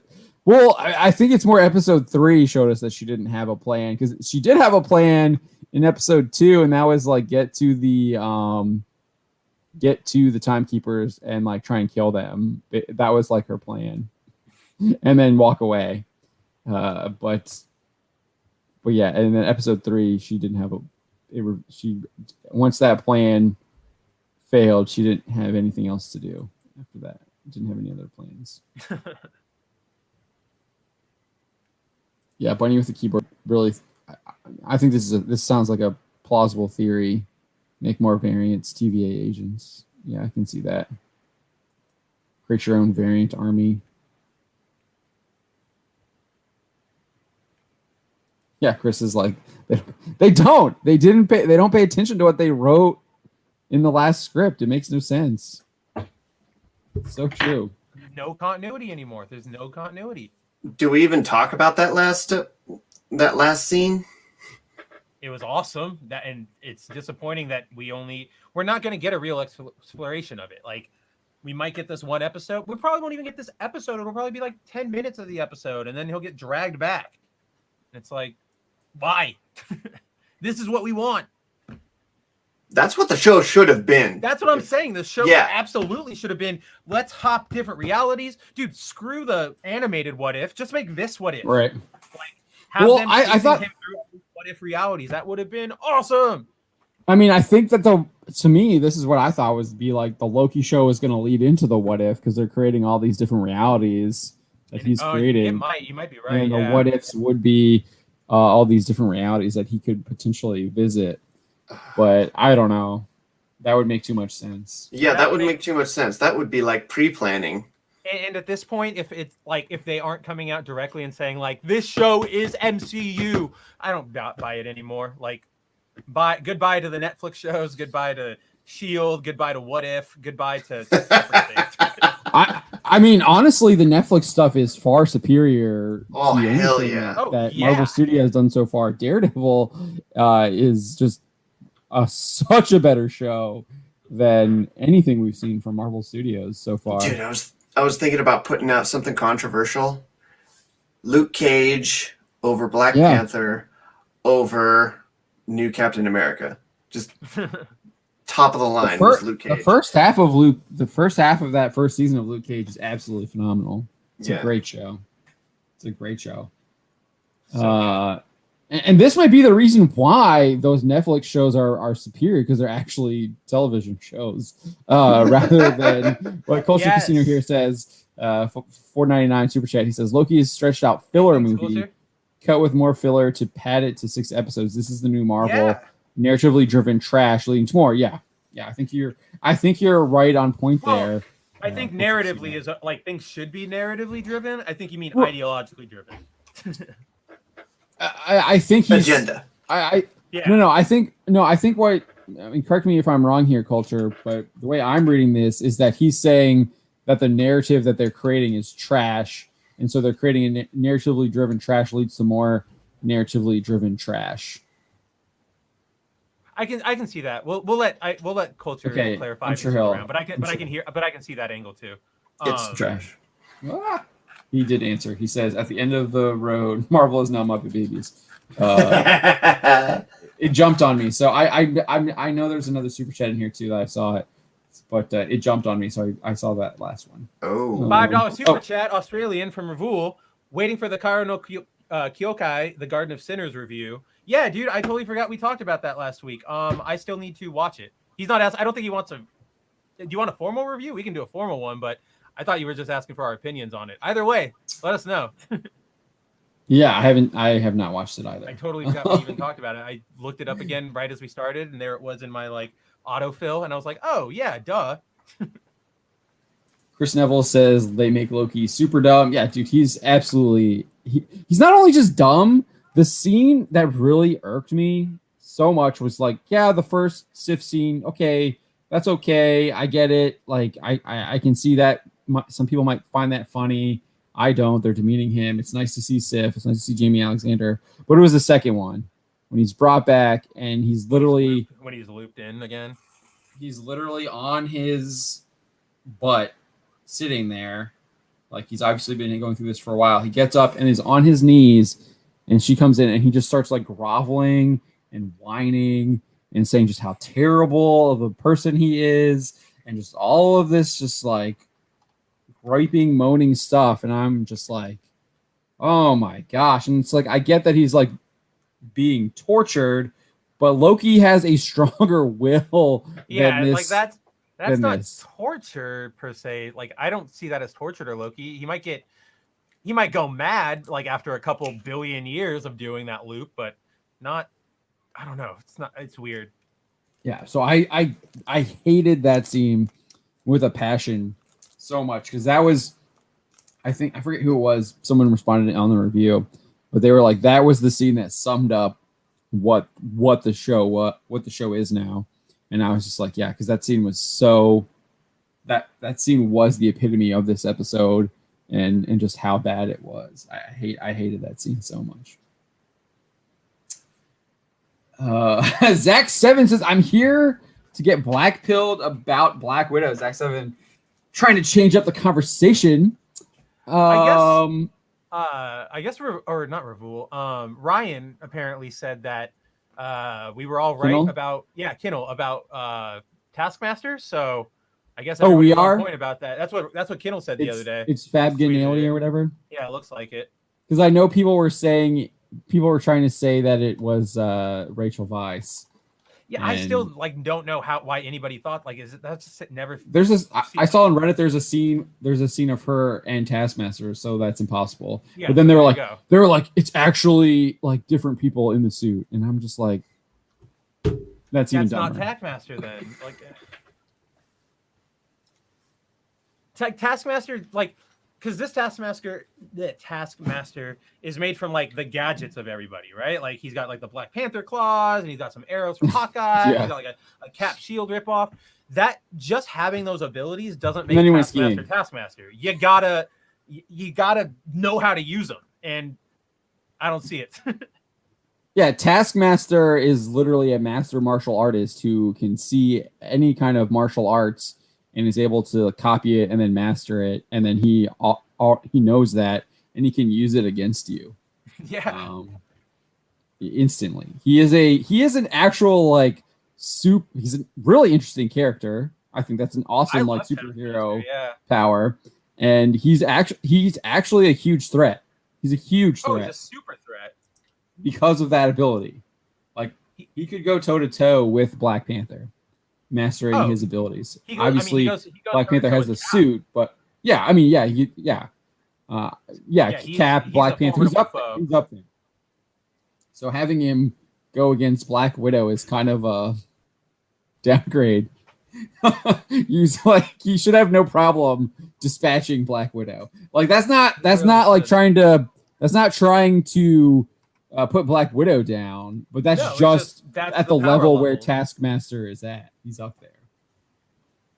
It would be. I mean, dude, I don't know. I haven't seen a comic, but I wouldn't be surprised if he could go toe to toe with the Hulk. Probably if he did like Cap did in the Ultimates, like how he a lot of leg sweeping, bashing him, keeping him off balance. I bet he could.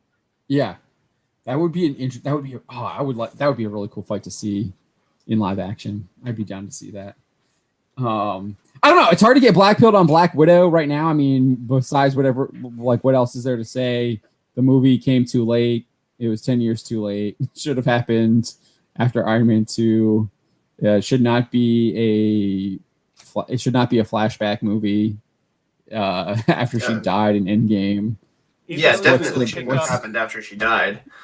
Yeah, really should have just started. If you wanted to make this movie, just again be like, oh, we're activating the next one, and there she goes. There you don't need to drag Scarlet back. You don't need to try and shoehorn into the past. You can just go Phase 4. Let's go.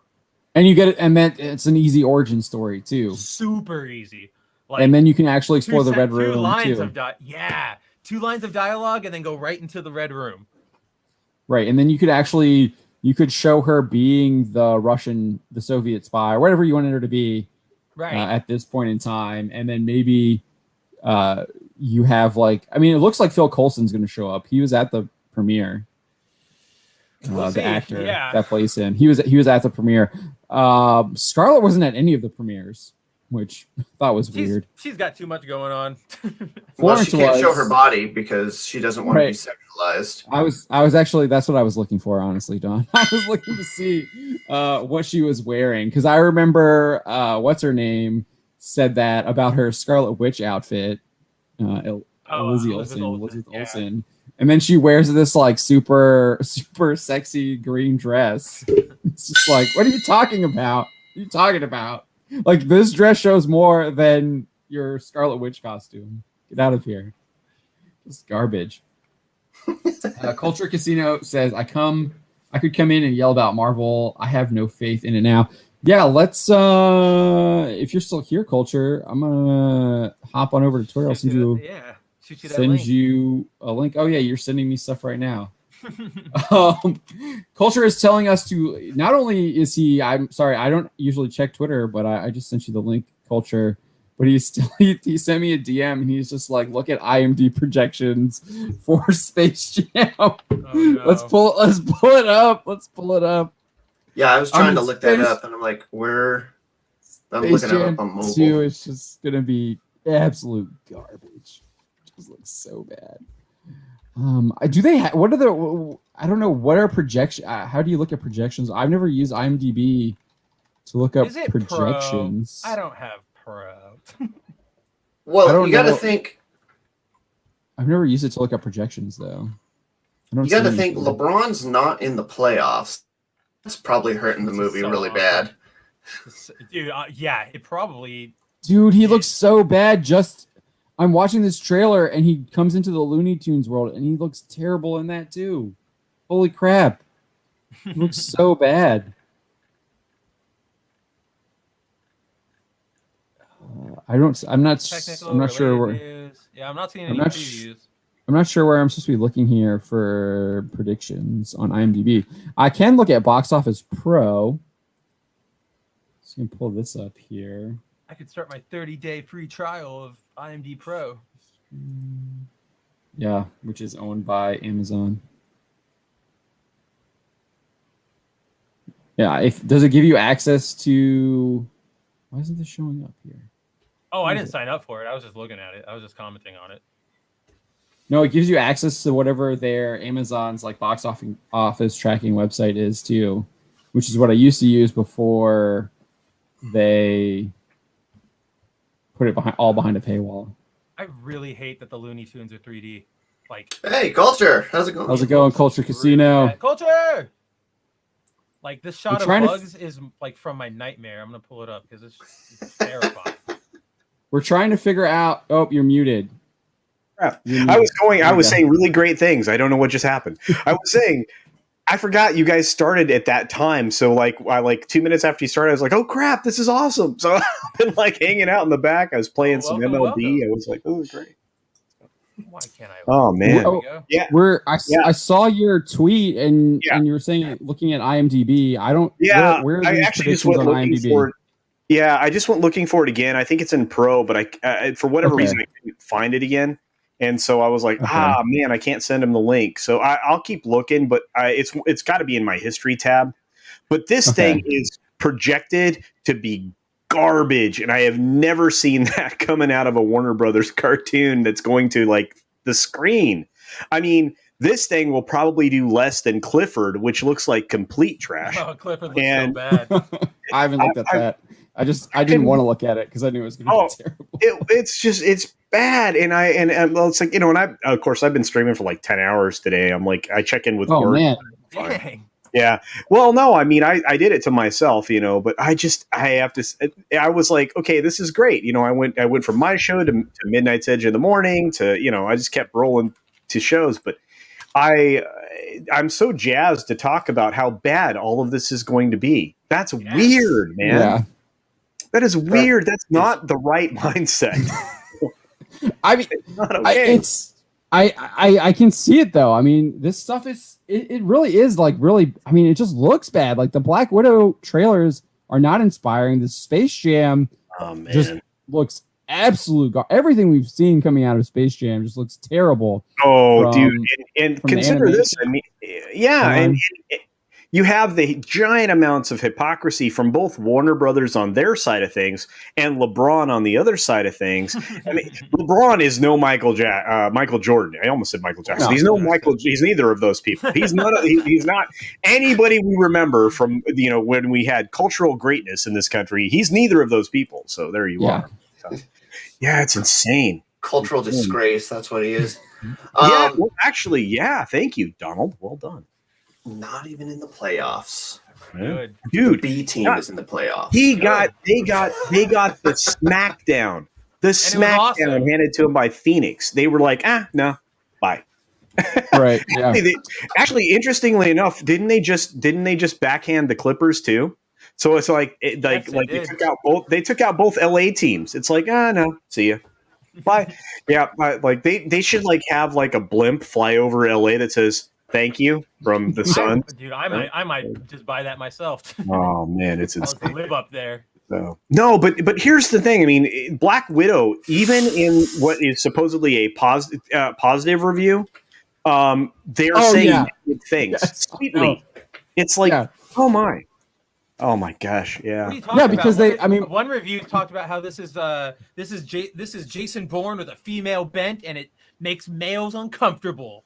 Dude, that's the IndieWire. That's the IndieWire review. IndieWire, I know. I was like, so you know what I did with that tweet? I was like, printed it out.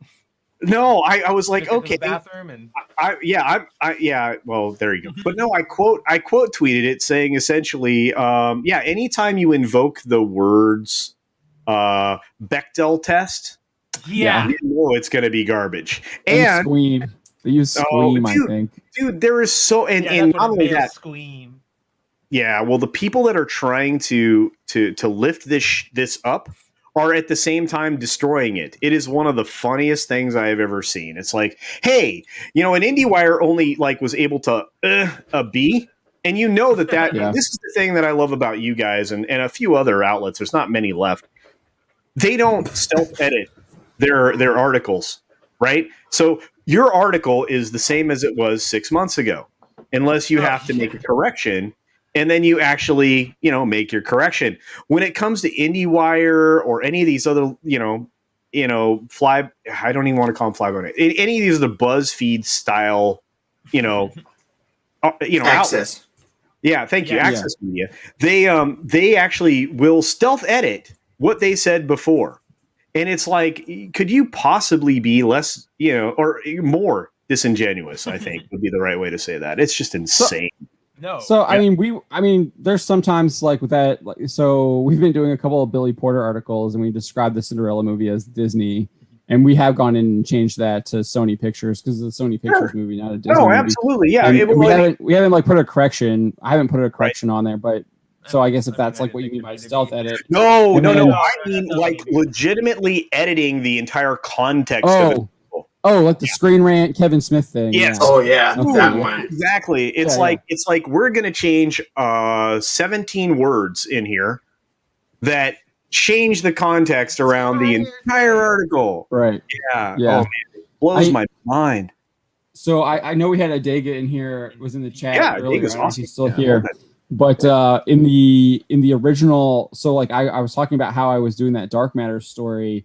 And so when I was copying the story that went up today about what makes good science fiction writing, I forgot to leave in. I actually copied the last part where in Andrew is talking about about Kurtzman specifically when Nina brings up Kurtzman, and I was like, oh crap, I didn't put that in, and I told PJ that in the DM earlier, and so I did add that in. But you didn't change that. You right, didn't change the context. Yeah. And that's the problem. I mean, like if you forget something, you can add it. I mean, that's the lovely thing about WordPress, right? Or whatever you guys are using. I'm making an assumption that was an assumption. We use WordPress. Okay. So but what if you actually change the context of something like in its entirety, you should probably say correction or updated or we have done that. Yeah, we do that. We do that. I know.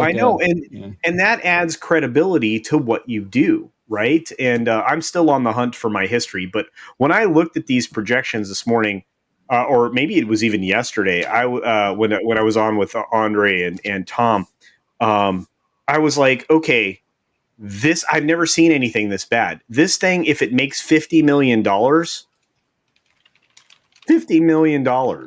it's incredibly bad. I'm going to look this up because it's going to bother me. So bear with me. There's betting projections.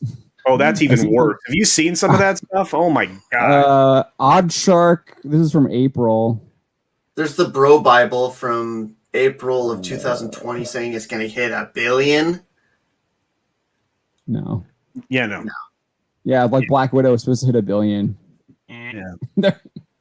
that they cut off half their audience, or 90% of their audience. Yeah, there's a Reddit thread talking about it now. I was beside myself. Then me, and because I'm a freak show, right? So I'm like, okay, so how many Marvel films are actually making it to China this year? None. We're done right now. Based on what the official release schedule is in China at the moment that I checked this afternoon, there were no Marvel films going to China. Wow. Yeah. So Black Widow, no Black Widow? I didn't see it on the release schedule. I didn't see Shang-Chi, which we knew was not going to go there because and Eternals. And Eternals is definitely not going there. So that's it. Dude, the Eternals, the Shang-Chi thing is so funny because they pandered so hard. Like they removed the Mandarin, they removed Fu Manchu, and it's like they created this character named Wenwu. They brought in Tony to try and they brought in a Hong Kong actor, and then nope. Your glass there when you picked it up, it's like it went into your green screen. Yeah. It's awesome. I do that all the time. Yeah, no, that's cool. That was a happy accident I discovered very early on in my YouTube career. I'm like, hey, I don't want to break glass in my studio, so I bought plastic pool cups. I'm thinking, okay, well, these can get multiple uses, and they happen to be green. So there you go. That's awesome. I love it. No, yeah, I expect Space Jam is going to be really bad. Box Office Pro does not have any long range tracking for that yet. They do have. I think we covered this, but they do have Black Widow. So I'll pull that up here. Oh, I found it. Oh, you did find it. Okay. Yeah, hang on. So this is Black Widow, though. So while you get that going. Yeah. So here's Black Widow, July 9. When is the? Oh no, they do have Space Jam. Here it is. They have Space Jam. Oh, they 15, do. Okay, 15 to 30 million opening weekend. Yeah, that's huge. But then they go 24, so they always go in the middle. Box Office Pro usually doesn't. Yeah, don't even. Yeah. And there's 45 to 100. That's a huge range.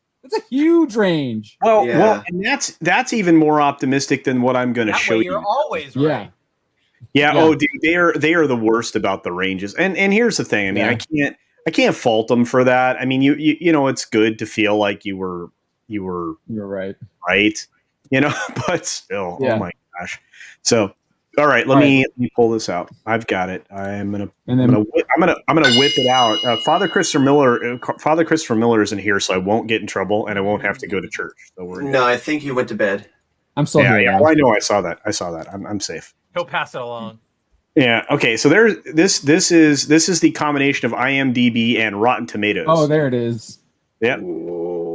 So they're Domestic. predicting 80 million domestic total. Domestic. That's total. Do you know, right? That's okay, full run. Now, you make 50% or actually more than that right now at post global apocalypse. You make about 50 to 57, maybe even 60% of your box office on your opening weekend. So it's going to have a decent opening weekend, right? It'll beat Cruella, but then it's going to settle in at 80 million. Yeah, I was going to say competition. So the foreign markets will bring in 180 million. Where's that coming out of? I think you already know the answer. Yeah, China, all right. Yeah. Okay. So it's going to net 260 million worldwide, which is soft for this film. That's abysmal. That's really low. They were expecting far more. Rotten Tomatoes ranks this film already at 55%. Is that that the critics are ranking? Yeah, that's the projection. That's their projected rating. Oh, that's their projection. Okay. Yeah, and this is a combination between IMDb and Rotten Tomatoes. Metacritic. Oh, okay. No, Rotten Tomatoes. Yeah, and then of course that's really low for Rotten Tomatoes because Rotten Tomatoes always trends higher on the critic scores than Metacritic. Metacritic scores. That's true. Yeah. Lower. So these are all the films. This is why I was look at Snake Eyes. Oh yeah, I'm sorry. Yeah, dude, where was it? Oh, there it is. Yeah, this is bumming me out, dude. This is bumming me out. Kind of high. It's kind of high. I think it's high. I actually said this the other day. I think Tuesday. I was like, "That's dumb." Does still have that level of like brand name recognition? No, like because they stopped selling the toys. Yeah. Men are bad. The military is bad. The U.S. military is extra bad, and add some cheese sauce. Yeah. If you notice, there's no mention of the military whatsoever in any of the trailers. So who knows if he's even part of the military? Doesn't look like he is a former Marine. And he doesn't look like an Avengers Initiative thing.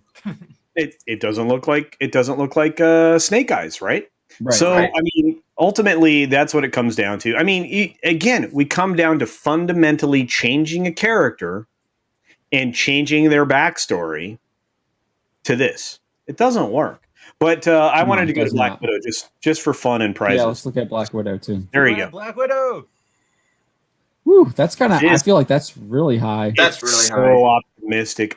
This is the one I went. No, you're so wrong. And that's the thing.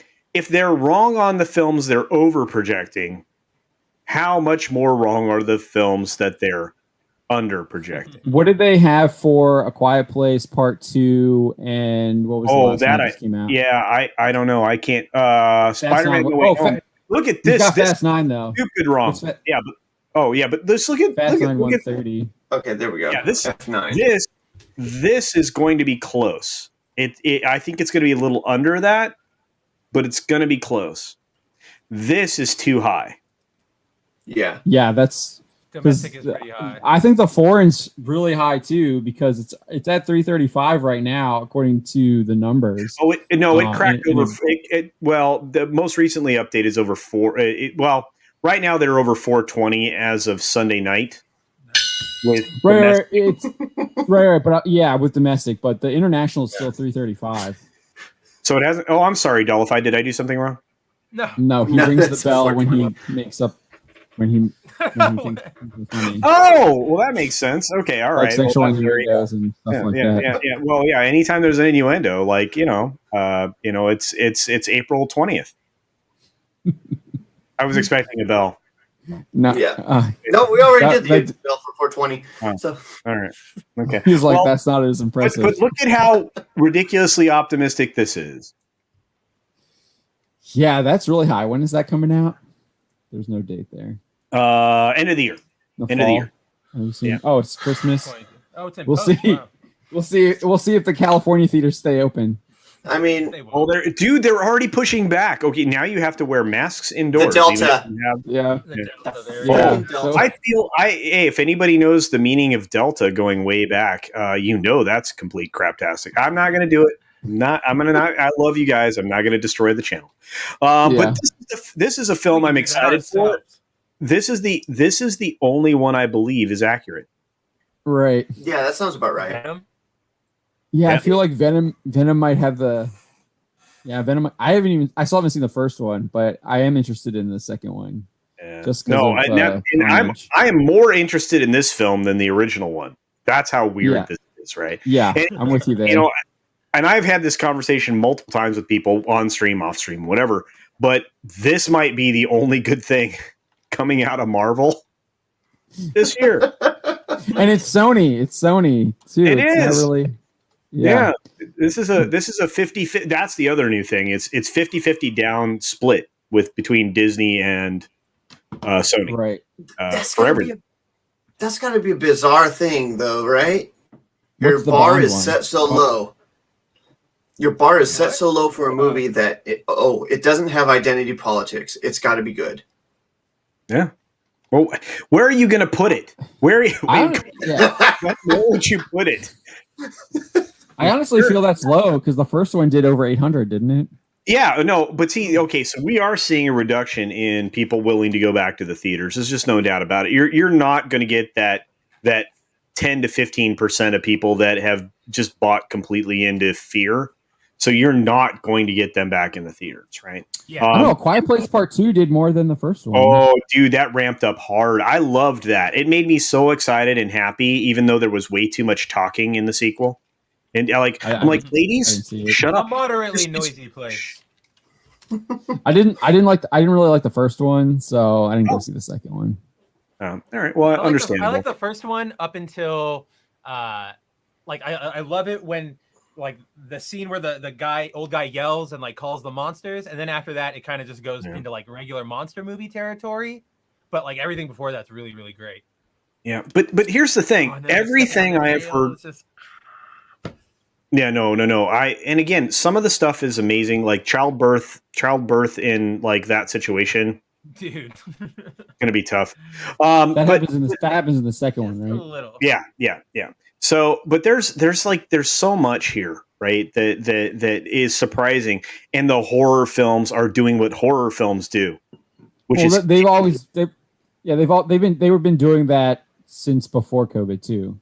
I know, that's my point. Is it costs you $10 to make, and you make millions of dollars. So yeah. Okay, that's hyperbolic, but it doesn't cost very much to make a horror film. Not really. I mean, look at the Halloween movie. Not that. Yeah. Not that. Halloween was like 10 million, and it did buku. The Invisible Man too. Yeah, absolutely. Yeah, and even though that was kind of, although it had an actress that I'd like, despite her affiliation with a church, that's kind of weird. But look, I look at the horror films and I see what's coming down the pipe, and I'm excited for the next Halloween film. It's premiering at the Venice Film Festival. Jamie Lee Curtis is in it, so I'm pretty pumped. I think that's going to do quite well. So, but yeah, I love movies. This is a lie. But I highlighted this way high. Because weren't they trying to sell it to Netflix for like 500? Netflix said no. They were asking for 6. Yeah, they were asking for 6. Netflix said we'll give you $450. Apple said we'll give you $390 or something. It was like way under that, and they're like, no, thank you. So Amazon just bought their ass. So it is what it is. Oh, I cursed. I'm sorry. I don't usually do that, but yeah. No, we're about an hour 55 in. So we're fast. Okay. Don's thrown a couple curse words out there already. Oh, okay, all right. Well, I don't even notice when you stream with some of the people I stream with. You get used to them throwing those things. Stream with Kindle. Oh, geez, no kidding. Oh my gosh, Kindle was really good on our stream. He was. Came on and he I love Ryan. I love that. He's a good kid. He's a good kid. Well, he gets a little riled up from time to time, but he's a good kid. There's nothing wrong with that. I mean, usually for good reasons, like destroying Star Wars. Dude, I still these are your Marvel films, which blow my mind. I don't believe those. Never gonna happen. Yeah, that's way. Look at that art to the Rotten Tomato. I think the Rotten Tomato score is probably accurate. Wait, critics are going to love it. Didn't they push that back? Score. It's the end of the year. It's still it's coming out this year. Oh, okay. I thought I read something where they pushed it to 2022. Oh, well, you know what? It isn't going to make it any better. Yeah, I No, haven't it's seen any still pushback. November 5. Yeah, I think I did see that some movie did get moved. I don't remember what it was. They moved some stuff, but here's the thing. Yeah. This is the worst birthday present I could get. It's 2 days before my birthday. It's either the worst or the best. It depends on how you want to look at it. I think this thing's going to tank really bad. What are you talking about? You're going to get the best Marvel movie ever made on your birthday. This was made for you, Culture. No, it really wasn't. It really wasn't. None of it makes sense. And again, this is the problem when you hire people that you don't like the Delta symbol as a spaceship. Not at all. But okay, we're back to the Delta variant, and I didn't do it. So, but the interesting thing here is that none of this makes any sense. The current writers are in the position they are with shows like Loki, with Falcon and Winter Soldier, with even WandaVision.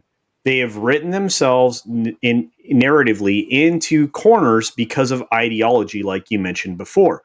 But instead of telling a story, they're giving you a politically driven or agenda driven narrative, and they're doing it on purpose. I mean, and they're simultaneously destroying the thing that they're relying on to utilize for propaganda.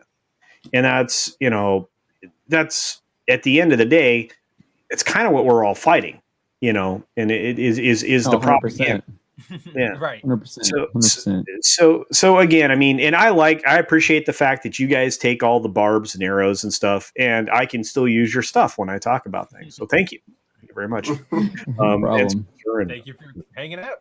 Thanks for so I think I would also add with the Disney Plus stuff, it's not just that it's ideological driven; it's just bad. It's just terrible writing. Really bad. This Loki, like we were talking about, they've created rules, and then they within the episode or by the next episode, they have put in something that breaks that rule, so you can ignore it. So even then, like Don was saying earlier, the logic of the show doesn't really make any sense because they just keep breaking the logic every 5 minutes. And it's boring too. Not only is it's also just not even entertaining. Well, it's exactly what Culture was saying. It's a drawn out movie. Like these really should just be. Remember the shorts, the Marvel shorts? Those are great. Yeah. Phase 1. That's what all of these should have been. Actually, maybe 2-parters if you want to get crazy, but only that. But Spencer, that's why you're going to enjoy Visions, from Star Wars. Oh, I can't wait. It's going to be all little chopped up bits, and they're going to be just as awful, but shorter. That's the anime stuff, though. So that might be. Yeah. That might be. At least the animation will be pretty. Your faith is far too high, John. I'm just saying that. I said the animation will be pretty. I said at least the animation will be pretty. The animation they're doing Japanese studio. They got a bunch of Japanese studios doing it, so the animation should be pretty. It'll just be back to see the Rock navigator. Yes, I want to see the Rock, but we'll probably get really cool lightsaber battle, right? Geode. And then it ends at the lightsaber goes down, and then you get Rey just saved the universe, and that becomes canon, and that's your little bit of connection. Yeah. But you know what else is canon, Spencer? What? Rock. No. Rock. I was gonna say force healing, but the Rock might be worse. I was gonna say Loki being bisexual, but that's something else. That's nothing. That's Look, died. So. Okay, see, that's the weird thing, and Donald, I appreciate your perspective on that, but as a shapeshifter, you don't think he got down with whatever he could at a period of time? Dude, he got down with a horse. When you're an Eternal, when you live that long, not an Eternal like this garbage movie, but an actual. I think that's what I've seen. I see that. I see people make that argument. I'm just like, well, I mean, that he's a shapeshifter. That doesn't mean he's bisexual. True. That's also true. But he would actually fit the textbook definition of pansexual, because anything, he will do anything. He will just change anything to do anything. Right. Yeah, I just if you want to apply modern terminology to Loki. Right. but I don't even. That's the weirdest part. I don't. While it's not great, it's the least of the problems for the show. I mean, honestly. No. Oh, right. And you have to It remember, was a throwaway line on the boring train scene.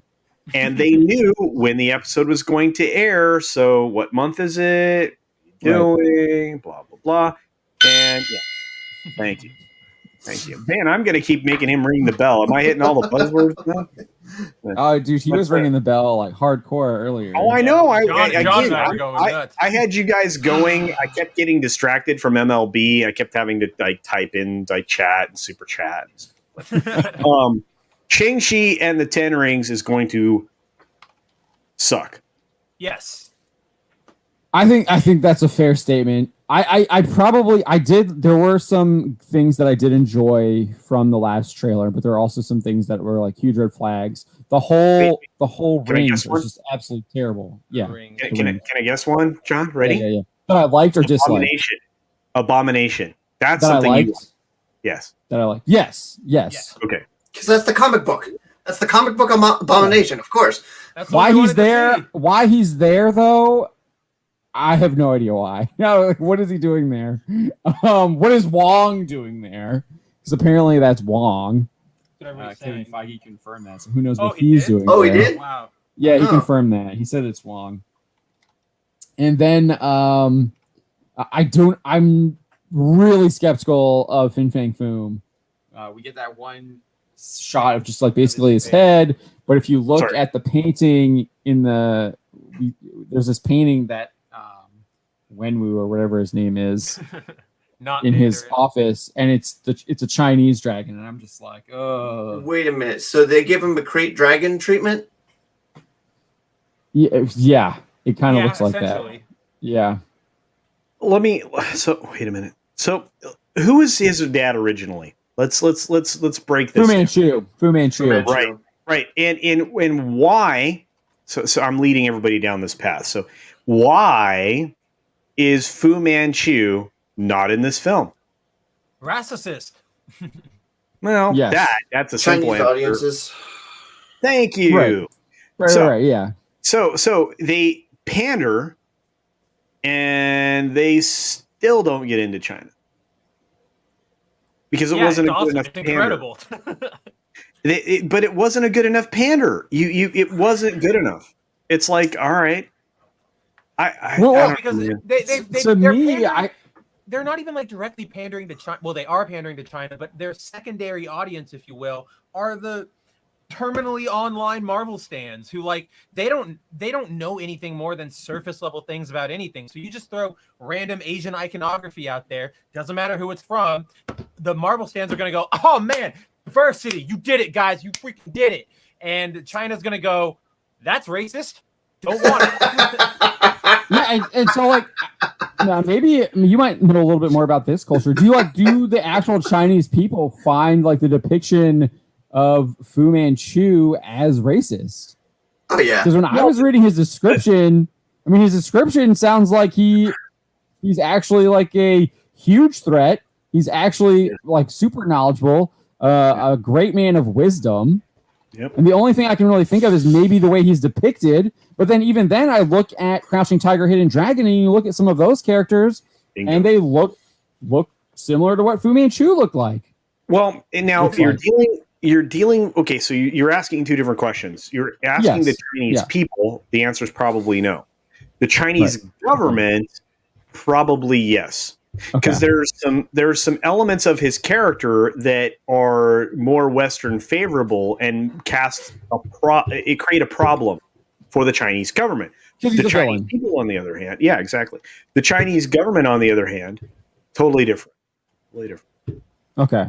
Yeah. I think that makes sense. That I think about that because they usually don't like to have. They don't want. That's why you don't see China is not the villain anymore. That's why you have Tom Cruise's his dad's bomber jacket being changed in Top Gun. I just thought about that movie for the first time in like months today because I was like, because he was scrolling through it. I just scrolled through it just a minute ago. Yeah, that's why Spencer thought about it. He saw it, and it was Morbius for 2022 delayed. Right? That's what they moved. But they had to move that film because it's like another save. That's the thing is like seriously, Venom is a kick save. Morbius might be a kick save. I mean, that's what these are, right? It's like, oh, this is we can only blame the male audience for so long for these things tanking, right? And this is a conversation that I like. So, hold on. I want to stop you there. Even if they try to blame the male audience for Birds of Prey, but then when the data came out, it was the men that were going to see it. Yeah. The worst thing for that argument was the MPAA report from that year, showing the audience breakdown demographically for that film compared to other films. It was overwhelming. Well, not overwhelming, but it was more male than female, Right. Which is how, believe it or not, superhero films trend, with the exception of Aquaman. Well, Wonder Woman. For a reason. I think Wonder Woman Actually, had a little bit higher female. It may have, over time. Like, yeah, well, that may be longer true. in theaters. Yeah, but see, that's the problem. Is I'm looking at theatrical like audiences, but the Top Gun film, I think this is projected a little low. I think, and believe me, the international audience is looking for the America Kicks Ass film as much as real Americans are, and so I'm not kidding. I mean, yes, Sounds about right. I know you're not. So I'm laughing. Awesome. Yeah, and so 270 million is not anywhere close to accurate. No, Look at the Rotten Tomatoes projected critic score. That sounds about right. 58%. That might be a little high because it's going to be there. Probably will be a lot of Americana in it. That's probably high. Hey, man, here's the thing. Where Tom Cruise comes from, there's only a certain amount of brainwashing that I'm not going to do that. I'm going to stop there and say, the last Mission Impossible film was fantastic. There you go. And the next one looks equally awesome. So based on some stuff. Yeah. Here's the other thing, and he can, what's interesting about the Mission Impossible films is that even if you look at the first one, the villain is an American CIA agent or whatever the spy agency is, and you can do that stuff, and it works because you still have Ethan Hunt, the American, winning. That's right. Well, hey, I tell you what, bring the NSA back into things as the villain. That'll be great. Seriously, it'll be great. Nobody likes him anyway. You've got your bipartisan across the aisle, across every demographic villain. Just bring them back. Here's something funny. Did you ever think you'd see a total that low? I don't even know where my window is. Dang. Yeah. I mean, that's For the Matrix. No, I don't think that seems. I don't know. We haven't seen anything from the Matrix, but I can see it because we know that there's going to be huge political propaganda in it. But at the same time, it's Keanu, and Keanu doesn't he usually just does fun movies. He usually just does his thing. I think there's a lot of disappointment in. Oh man, you have no idea how bad this is going to look. And if the plot leaks are to be believed, I'm not interested in the new Architects storytelling stuff. But hey, whatever. You mean the retcon of what the whole movies are about now? I'm not saying a word, but Lana Wachowski might be. Right. Yeah. But this is still the reason I wanted you to look at this is this. That's even lower. 260. That's lower than the 380 on Matrix. Yeah. What's Dune at? Because I think they changed the release date on Dune too. Yeah, this is sad. But they didn't push it back too far. I think a little bit, but this is that's low. That is super low. That first trailer did not sell it to the normies, though. I'll acquiesce on that point. That sucks. It should be. They need to have the Harkonnens attacking in the trailer. They needed to and the sandworm make riding. it epic, not artsy. Well, here's the problem. I mean, we are talking. This is Dune, right? So we're talking about a $165 million production budget. Yeah, that's really bad. Yeah, that's right. That's not going to make up. And not only that, I think they've probably put money on the table for a sequel already. Because what's his name? The director Villeneuve said he wouldn't have taken it unless he got to do it in 2 parts. Because this is only the first part of the first book, and it ends. From what I've seen, it ends. It ends It ends right when he becomes the Kwisatz Haderach. Yeah, here's the problem. Party. I'm telling you right now, Denis Villeneuve will be disappointed. Yeah, I think so. I agree with you. They're not going to make the sequel, and it's a shame because they have an incredible cast, despite the gender swapping weirdness that's going on there, right? Because they're changing Max van Sydow's character from the '84 film, no bueno. But at least with a lot of the audience. I'm using a lot of different language. I went French, Spanish. Yeah, so love it. They're changing that character's story too. No, yeah, absolutely. Yeah, you have to. And here's the thing. Well, forget it. I'm not even going to go into the Herbert stuff, but we'll do that another day. But in our league, and that was like the one time we actually had like a league, and people were like trying to like, "Yo, you're wrong." And it's like, "Oh wait, a year later, confirmed." No, it's like we had the script. I have the script. Like I'm not gonna, dude. When we do exclusives, it's because I can like confirm it. Yeah, here's otherwise it says rumor. Yeah. Do you guys get that? Yeah, no. And here's the other thing. I mean, occasionally I look at stuff and go, "Wow, that's dumb," because I get stuff too, and I get tidbits from people I know, and it's just like, okay, well, I'm not even gonna. Do you know I don't run with stuff anymore? I don't even care.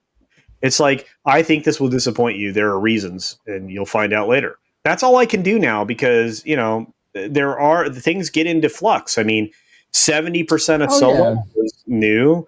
There substantial changes to a lot of these projects along the way. One was completely changed. They brought in what's his name to completely change it. Howard. The new director. Oh yeah, Ron Howard. Yeah. Well, first of all, none of that. Solo. Gareth Edward did Rogue One. Oh right. Yeah. Oh, sorry. I was thinking Howard. Yeah, sorry, I was. The guy who's doing Andor now came in too for Rogue One. Oh, you don't even want to know about that. I'm going to keep my mouth closed. I am not. No, you got to tell us. You can't do that. I can't do it on the. I tell you what. When I confirm what I know, I will. John, when I confirm what I know, I will let you know. Okay. We're fine running rumors here. No, this is a little loose. This is from a little bit outside of the production, but in support of it. So, but I have to be careful. Okay. See, I don't want to burn you guys. Are my favorite humans. But no, Dune, I'm just disappointed. I want this number to be so much higher, and maybe they overestimated the value of this fandom. I mean, maybe that's what's happening here, and maybe I am. Maybe I'm overvaluing this property. That's quite possible because I'm such a huge fan. But I still think 255 million is a little low. But if it hits these numbers, does it come out on Christmas again? Is it coming out Christmas? It is 3 weeks later in October. It's late October, I think. They moved it. They pushed it 3 weeks, if I remember correctly. Most recently. Yeah, Google still has the October 1 date. I think the Blade Runner, right? Dune delay. Dune film delayed. It happened today. It looks like yesterday. Oh, really? Yeah, 22nd. Yeah. Yeah, October 22nd now. Yeah. Yeah, they pushed it late into October. Yeah, but here's the thing. I mean, okay, so 5 days ago. If I were going to release a horror film, which I will someday, and you guys will know when it's going to happen. That's awesome. Yeah, if I release a horror film, I'm not releasing it till October. I'm releasing it like September, like the last day of September, whatever year it is, because I want an October audience, right? Mm-hmm. Right. So, yeah. So sometimes I mean, look at this. The Conjuring just happened. Huge box office as a percentage to budget, and that released not too long ago, just a few weeks ago, right? And it still did great numbers. But I'm looking at it going, you could have done more, right? And then you have like this.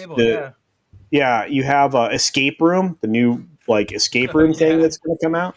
I don't think that's getting in October. Here's the film I think Disney's going to succeed with right here, Jungle Cruise. You think that? Yeah? Because of who's leading it? Yeah, I think both of them have enough personality to carry this, despite the inexperienced director. And after seeing the clips that I've seen, it looks very good. They have successfully promoted it with dueling trailers, just like they did when they first announced it. This is a man versus woman perfection. This is very. Think back to Romancing the Stone and Jewel of the Nile. This is the proper way to go about setting up that dynamic in the modern era. The problem is that it still looks like the female is going to come out on top, which is okay because it actually did in Romancing the Stone. So we're gonna get are we gonna get like a Jeep chase through the countryside? No, you're gonna get a boat chase. And there is some supernatural horror stuff in here. I'm surprised that this is going to pull the rating it is PG-13, because there's some soup stuff in it that's going to be like a little challenging. Yeah, nice. so I was reading days. something that they just did that. They just did that today. The dueling trailers. I have the press release here. From Disney. Yeah, that's been planned. Again, the announcement was the same way, John. I mean, they all along the way. This campaign would have rolled out exactly the same way a year ago, when this was supposed to go a year ago. So they've had this plan. It's a good plan. That's a change too. Disney's usually really good at marketing their films. When was the last film you can recall that was marketed well? It's 2 years ago. Captain Marvel. No, I would say Infinity War.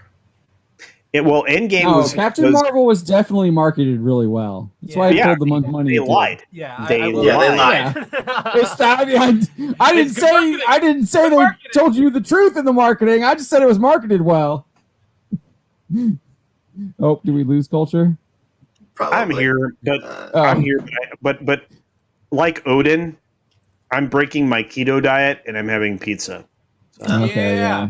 I got to get back on that. I did it for Lent and I did really well. And then it works, man. You get into ketosis and it melts your fat away. You exercise. You get up at stupid early and you make weights happen. Yeah, it's good. It does work.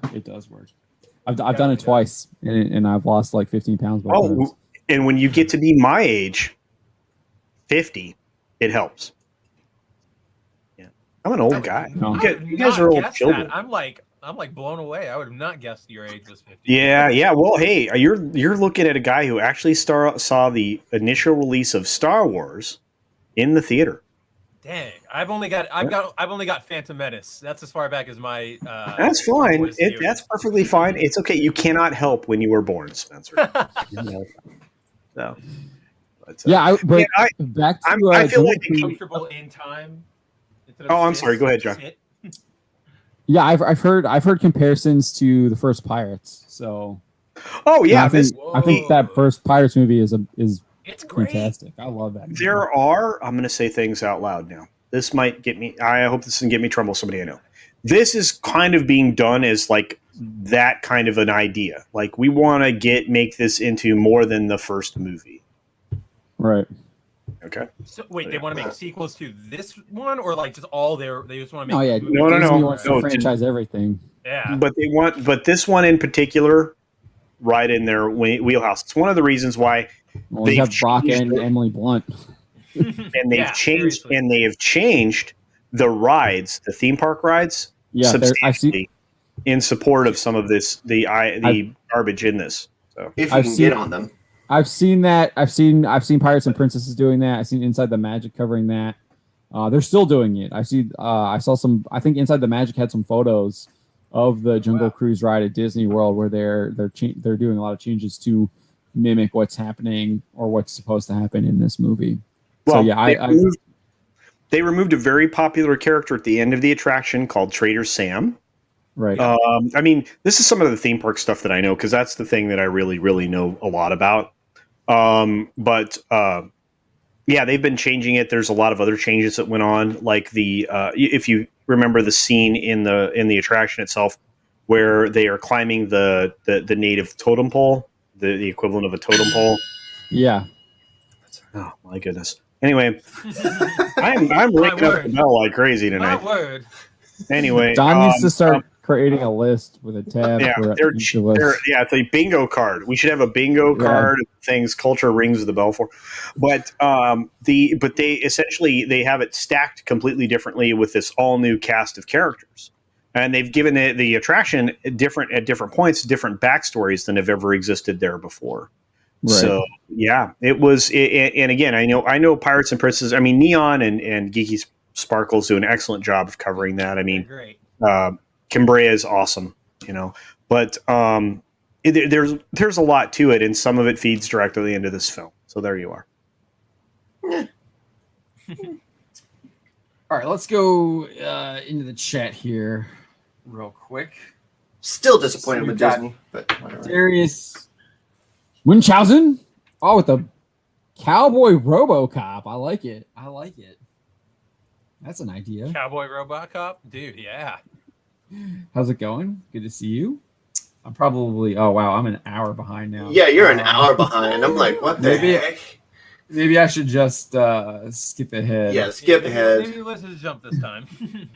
Did I miss any super chats? Were there any super chats? Did you get Sean the Movie Man for $5? I missed a lot. Culture had a bunch.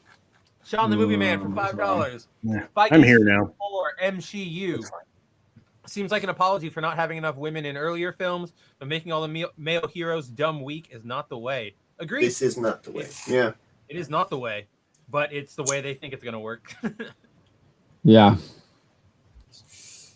And then Culture, you did a $2 super chat saying chronic narrative trash leading to system crash. Yeah. Yep. All right. And then John was right. Yeah. And then you also did a $5 super chat. You said, I'm waiting for the Indy 5 Fast 10 crossover in space for family. Let's beat the Yahtzees in there. Hollow moon base with cars and time travel. I think they actually did. I think there's a movie about that. It's a space Nazi movie. Yeah, yes. What's that movie called? It's like Iron Cross or something. Yeah. Something like that. Yeah. Someone showed me the trailer, and I'm like, holy cow! They put a budget to this. And there's a sequel too where they go to the center of the Earth, because the first one's got the moon base, and then the second one they go to the center of the Earth, and there's like dinosaurs and like they're riding on T-Rexes. That's where you bring in Gojira. Gojira. Yeah. Gojira versus the Nazis. So now we're just going full Warner Brothers. We're not even gonna have movies anymore. You'll just have like Warner Brothers 1, Warner Brothers 2, Warner Brothers 3, where it's just all these scenarios of everybody hanging out. Culture is saying Taskmaster is Anya Dracoff. Oh, I don't know who that is then. I guess it's not the other guy. Super chatted that. Wow. I no? want to watch this movie so or bad. are you like, was that a joke, super chat? No. Okay. You guys don't want me to eat. I'm trying to eat. Okay. Okay. And you got Sean the Movie Man, and you're caught up on super chats after that. It looks like he's already appeared in the MCU. He was played by Ray Winstone. Taskmaster? Yeah, he was mentioned in the Avengers. No, Anya Dracoff. Or a character named Dracoff, not Anya. They have a photo of him. Her dad also appears in the new MCU movie named Black Widow. Just saying. Right. Yeah, Ray Winstone. I assume, right? Is it the dad? Yeah. So comic book correction would be Tony Masters. And so make of that what you will. Yeah, I guess in Avengers... It is probably her. Avengers, it says there's this line between Natasha and Loki. She says, I've got red in my ledger. I'd like to wipe it out. And then I guess he responds, can you wipe out that much red? Dreykoff's daughter from the first Avengers movie. Oh, wow. That's like a super throwaway. Deep cut. Yeah. I like it. You're not really going in and retconning anything. I mean, you're gender swapping Taskmaster. Well, I mean, all of that, the entire movie is going to retcon stuff, but that doesn't retcon anything from Avengers or anything. It's nice. It's a nice little thing. I like it. Mark's is good, but I like it. 366 is here. It's like the movie's Iron Sky. Yes, thank you. That's what it is. I knew it was Iron something. I have heard of that movie. I need to watch it. It sounds really good. Right? It sounds like the plot from Indy, teaming up with the folks over at the Fast and the Furious franchise. I'm excited. I think they need to make this movie for 10, since obviously Fast and the Furious has already been to space. It's just easier now. Yeah, right. And so time travel, get into the the 80s, hang out with Indy. I think you'll be having a good time. Sounds like a good time. More scenes of Indy being pulled, but like now it's going to be behind like a Dodge Charger. Here's a question for you, Spencer. Today's Sailor Moon's birthday. What are some of the sailors you like? Mine are Jupiter, Mercury, Venus, Pluto, and maybe Saturn. All good choices. Mine is absolutely Sailor Mercury. She is my top favorite. Second place goes to Mars, and third place goes to Jupiter. Last place goes to Venus. I just don't like her. I just don't like the ditzy, like, I wannabe idol type person, like wannabe celebrity. I don't know. I just never liked her that much. See, man, I was figuring you straight for like a Venus person. That's just me. That's not. You know what? It's funny because in real life, a Sailor Venus type is probably what I would go for. Like that's my type. But for some reason, when I have this buffet of waifus to choose from, I'm gonna go with Mercury. You're muted, Culture. No, I did that on purpose. But okay. Yeah, I'll be honest. I watched Sailor Moon when it was part of Toonami, but I don't really remember a lot of it. I used to watch it. It wasn't Toonami because I used to watch it when I was a kid before school. Some channel would air the Ruby Spears Mega Man cartoon and then the Sailor Moon cartoon. So I watched both of those before school, like when I was growing up. Yeah, I just clicked it off. I'm just like I Dragon feel Ball's like it done. came on after. Well, I feel like it came on after Dragon Ball. Probably on Toonami, yeah. Toonami. Ravul says Jupiter is best girl, best scout. of course. It's not a bad choice. She was my favorite up until a couple years ago when Mercury finally took me over. Sounds Bunny like a with- disease. Good. A waifu disease. Bunny with a keyboard says with Dune, I expect Zendaya to do everything she did for Spider-Man with Michelle. Oh yeah. Ooh. So nothing. I thought I've read. So I have read the Dune script, and if they stick to the script, it's much like the book. it's close. So, It's close. yeah. And Should I be really, I really think people will be disappointed if they don't get the sequel because of the sandworm stuff that they really, because that's the second half of the. Second half of the gonna book say- is where all the action happens. Basically, yeah. I'm going to say this to Chris Neville and everybody else that heard what I said and alluded to. Based on what I consider very reliable information from someone who has seen the film and described it exactly as how I heard. We're talking Black Widow again. Yeah. I'm just saying, I was told a long time ago this Dreykov person would be our villain. Oh, and you have to remember Yelena? Not Yelena. Yeah. No, the other one, the white Florence Pugh. girl. No, not Oh, yeah. Rachel Weisz, Mina. Yeah, Iron Rachel Maiden. Weisz's character. Yeah, she is going. Yeah, she's Iron Maiden, but Florence Pugh will be the new Black Widow. Of course, that's the whole point of this film. of Is course. set it up so Right. we can go into. Point. I'm about to blow everything up. Here we go. This whole film is to set up the television show for Florence Pugh and Hawkeye. That's it. Enjoy. That's all. But don't Really? commodify our TV shows, guys. They're not. We don't Yeah. want everything to lead into anything else. Everything is supposed to be strong and independent on its own. So it's going to be a Black Widow show so it's going to be a girl power Black Widow Hawkeye show. Yeah, because Don't- Hawkeye will get cucked in the second episode. Based on information, based on the best information at this moment. You know what? You'll know on July 8th, 7th. You'll know on July 7th.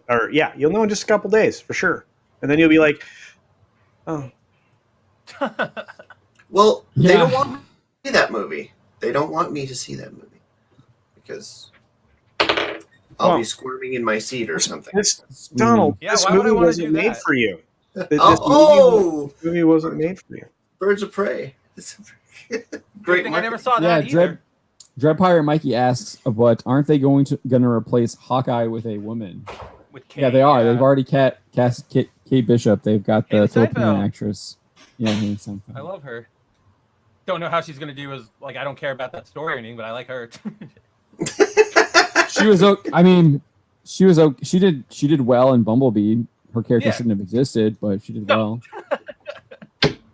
Most of that movie shouldn't have existed, even though it got the Mortal Kombat problem. The first 7 minutes were awesome. The last 7 minutes were awesome. Everything else in between didn't matter. Yeah, she was great as the lead for Paramore. I wish it was her. That'd be great. No, nobody. I just acknowledged it.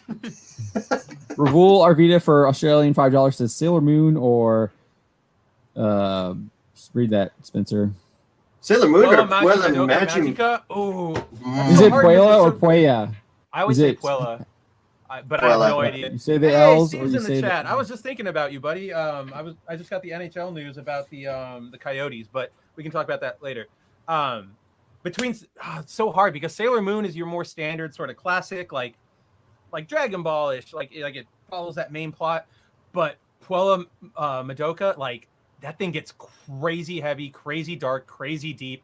Actually, if you go back and you check out our top 10 list of horror animes to watch for Halloween that we put out last year, that made the list. I think it actually made number 1. So I guess I'll have to tell it to I'll give it to Puella, but man, you're gonna have to force me to pick one of them because I don't know if I can make it myself.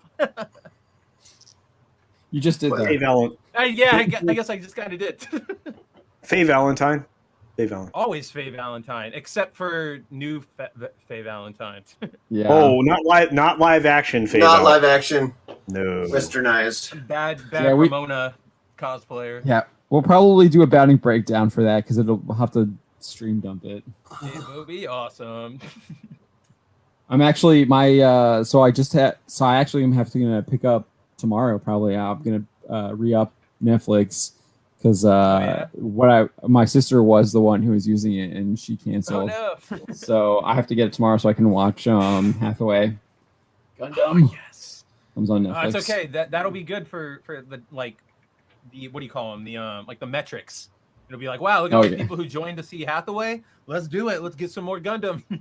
That's right. Well, they have all the Gundam now, so I gotta watch all the Gundam. It wasn't up for me last time. I'm gonna check again, but yeah. I think it was there. Things just haven't been showing up on my profile for some reason. I don't know why, but I type in Gundam and I don't get any Gundam. Bunny with a keyboard is always making me laugh. I was scrolling up through the chat here, stuff that I missed a little bit.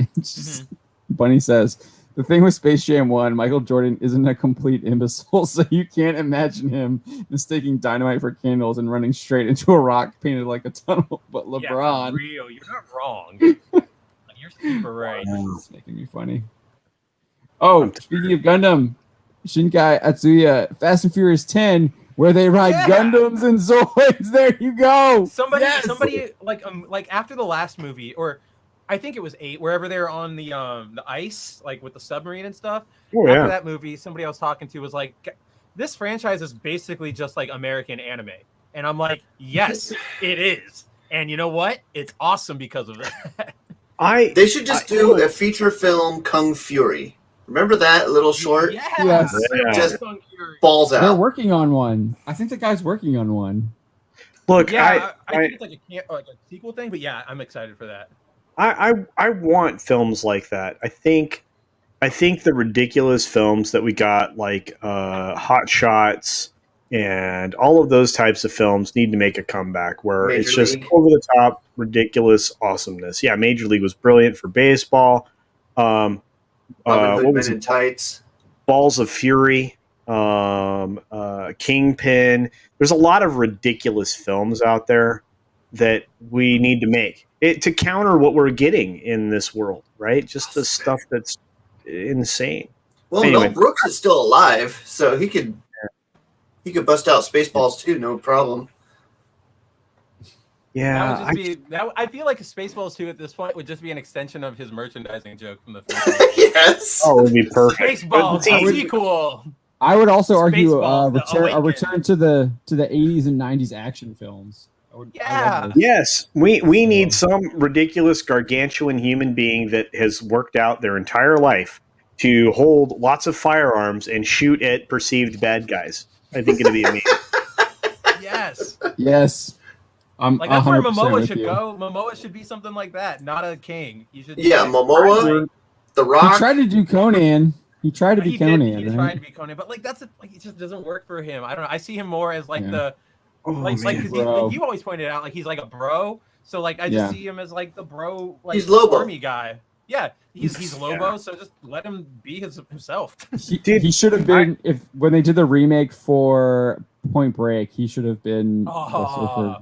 Yeah. What's his name's character? Man, why I have to ask the question. Why did they remake Point Break? One of the perfect films of its time. It didn't make any. They thought it would. They thought it would, yeah.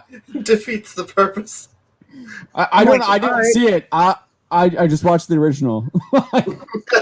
Right. Look. This is always my argument because I focus on the business side of things. Because when something doesn't make sense financially, I'm like, why are you doing this? It's dumb. So Black Widow, they spent over $200 million on, and for every month they delayed, it added another $750,000 to $1 million that they didn't make on the film. So the same problem with No Time to Release the film. I mean, the Bond film that's coming out. Right. That thing has lost $1 million every single month, or you tack that onto the production budget that it didn't release into theaters. So, I mean, this is a bill that's going to come due if you don't release the dang film. And I look at Black Widow, over $200 million with the budget, plus the advertising and marketing that we've just started to see the blitz of. And at the end of the day, you're going to earn how much money at the box office? Not nearly enough to justify holding it back. Those predictions were what, 500 million total? Yeah, it's not going to make it. Box Office Pro is saying domestic 225 on the high end. Yeah, and I did an article about even if you look at the high end, that is one of the worst performing MCU films of all time. Oh, adjusted for inflation, yeah, I think even the Hulk beats it to pieces. Yeah, I think you're right. Yeah, I think the Hulk is one of the only films that it doesn't beat because that is. Are you sure? Movie. Are you sure? Yeah, even adjusted for inflation with a 5.9 CPI in the last little bit here. So I just used an inflation calculator. Oh, that's fine. So I don't know if that is accurate. No, I'm just curious. Yeah, because I mean, the inflation changed a little bit recently. Your $5 bill is now $4.95. Or no, 25 cents. $4.75. Excuse me. So I did this last week, 24th, 6 days ago. Ad, take over. Good. Yay, making money. Yeah, good for you. Let me see here. You made money on your own view, John. Congratulations. Yeah. I think I went to hit the X button and it clicked over. You have heard of ad blockers, right? I'm not going to use an ad blocker on my own website. I'm teasing you. Oh man. I know. I think the quartering uses ad blocker when he reads our site. That's really? Yeah. Yeah. I have no idea what these ads are. What is that? Oh, that's earbuds. It looks like. Yeah. So here we go. There you go. Aside from the Incredible Hulk, the other 4 films are Ant-Man, Captain America: The First Avenger, Thor, and Ant-Man and the Wasp. Hold on, I need to scroll up real quick. So that's not adjusting for inflation, and that's looking at the opening weekend. So I was just looking at opening weekend right here. So then their Box Office Pro is predicting 77 million, and that only beats 5 films. That's their mid projection. Their high projection was 90. That hit so low are early MCU, like Hulk, Thor, Cap, and then Ant-Man, which everybody knew from the get-go was weird because like his powers, like I remember everybody's like, what is Ant-Man? This is so weird. So that makes sense too, because it's kind of like it's almost like taking a phase 1 movie and putting it into phase 2. So here's if you factor in inflation, and so this is still 77 million. The only 2 films it beats are Incredible Hulk and Ant-Man, factoring in the inflation. Wow. So, and that's just opening weekend. That's opening weekend. See, and then if you do for 90 million, if on the high end it's Ant-Man and the Wasp, Thor, Captain America, Ant-Man, Incredible Hulk. So it's like in that 6th spot or whatever. Gosh, Ant-Man and the Wasp is such a nothing movie. it was so garbage. Look, I don't even think it's garbage. It was just nothing. It was just. So if you walk up to somebody on the street and you say, "What did you think of Ant-Man and Wasp?" and you're going to have like nobody's being able to recall anything important about the film. How many people are going to be? They'll be like, "Oh, I love Michelle Pfeiffer." And it'll be like, Michelle Pfeiffer comes back, and that's it. And then he gets. I even forgot that happened. Literally, all I remember is the sick moment where the Wasp like runs on the knife, just because I think that's like a cool thing, and then the end credit scene. Oh, and the fact that like when Pym shrinks his like company and he can just move it, like. What about like the plumbing hookups, the electricity hookups? Now you're thinking logic. No, but like the whole point of that device was like, oh, this way we can hide from whatever, like Ghost or Shield or whoever it was. And then it's like, oh, you don't think Shield is going to see a giant building pop up where nothing existed for the last how long and then disappears again? Like, this is a bad planet. Why don't you shrink into a very small like laboratory? Put it in Cassie's playhouse, like in the first movie. But do you realize that essentially they gave us Honey, I Shrunk the Kids with Paul Rudd? Yeah. Yeah, but a cooler suit. Okay. But yeah, Culture, you are right here. So looking at the total domestic prediction, on the low end, if it does hit 155 million, the only film it beats is The Incredible Hulk, which was 134, and that's not factoring inflation. But if you do factor in inflation, Incredible Hulk beats it by 13 million. Yeah, so that means it would be the worst.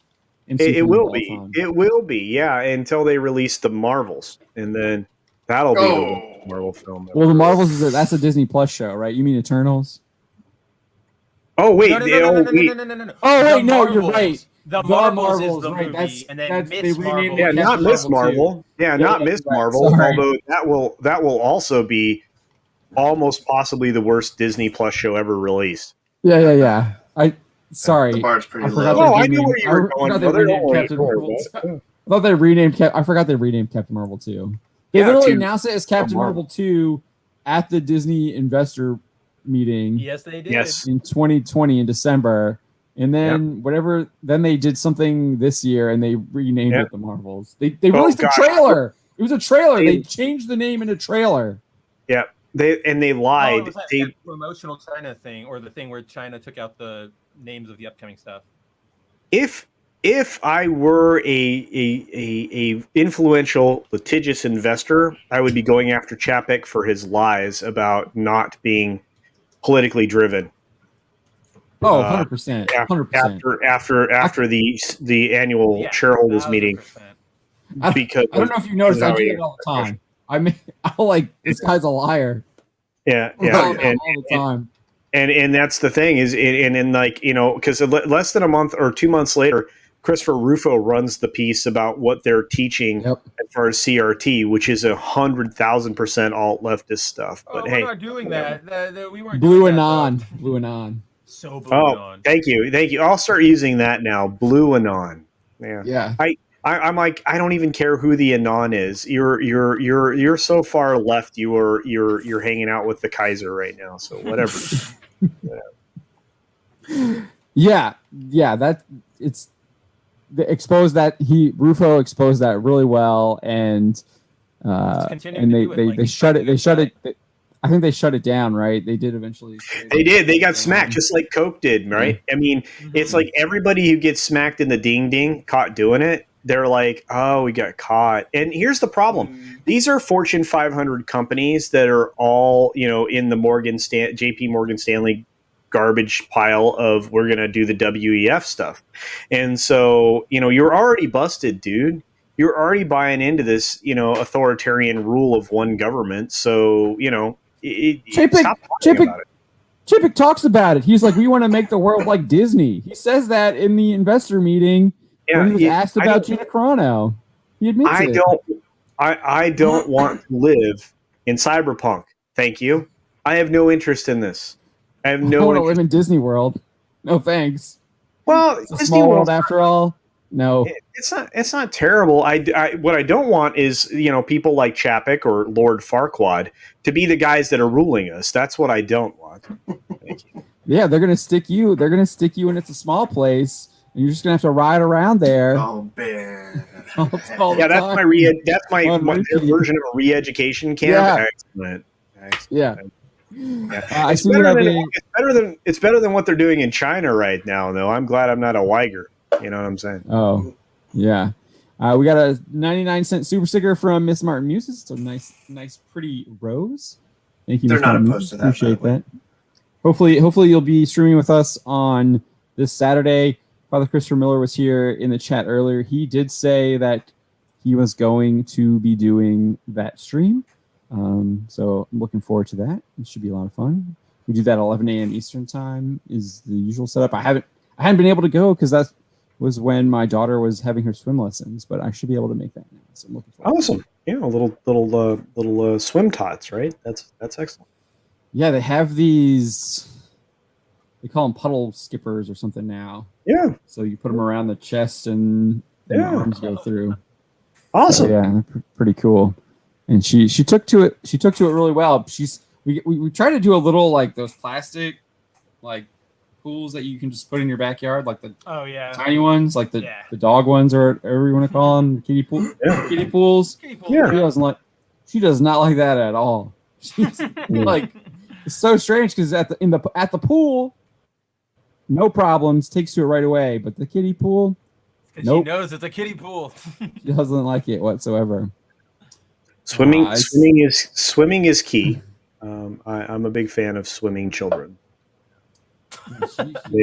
Not in the way you think there, but no, it's really important because drowning prevention requires water safety and instruction. Right. No. Yeah. That's why we're doing it early.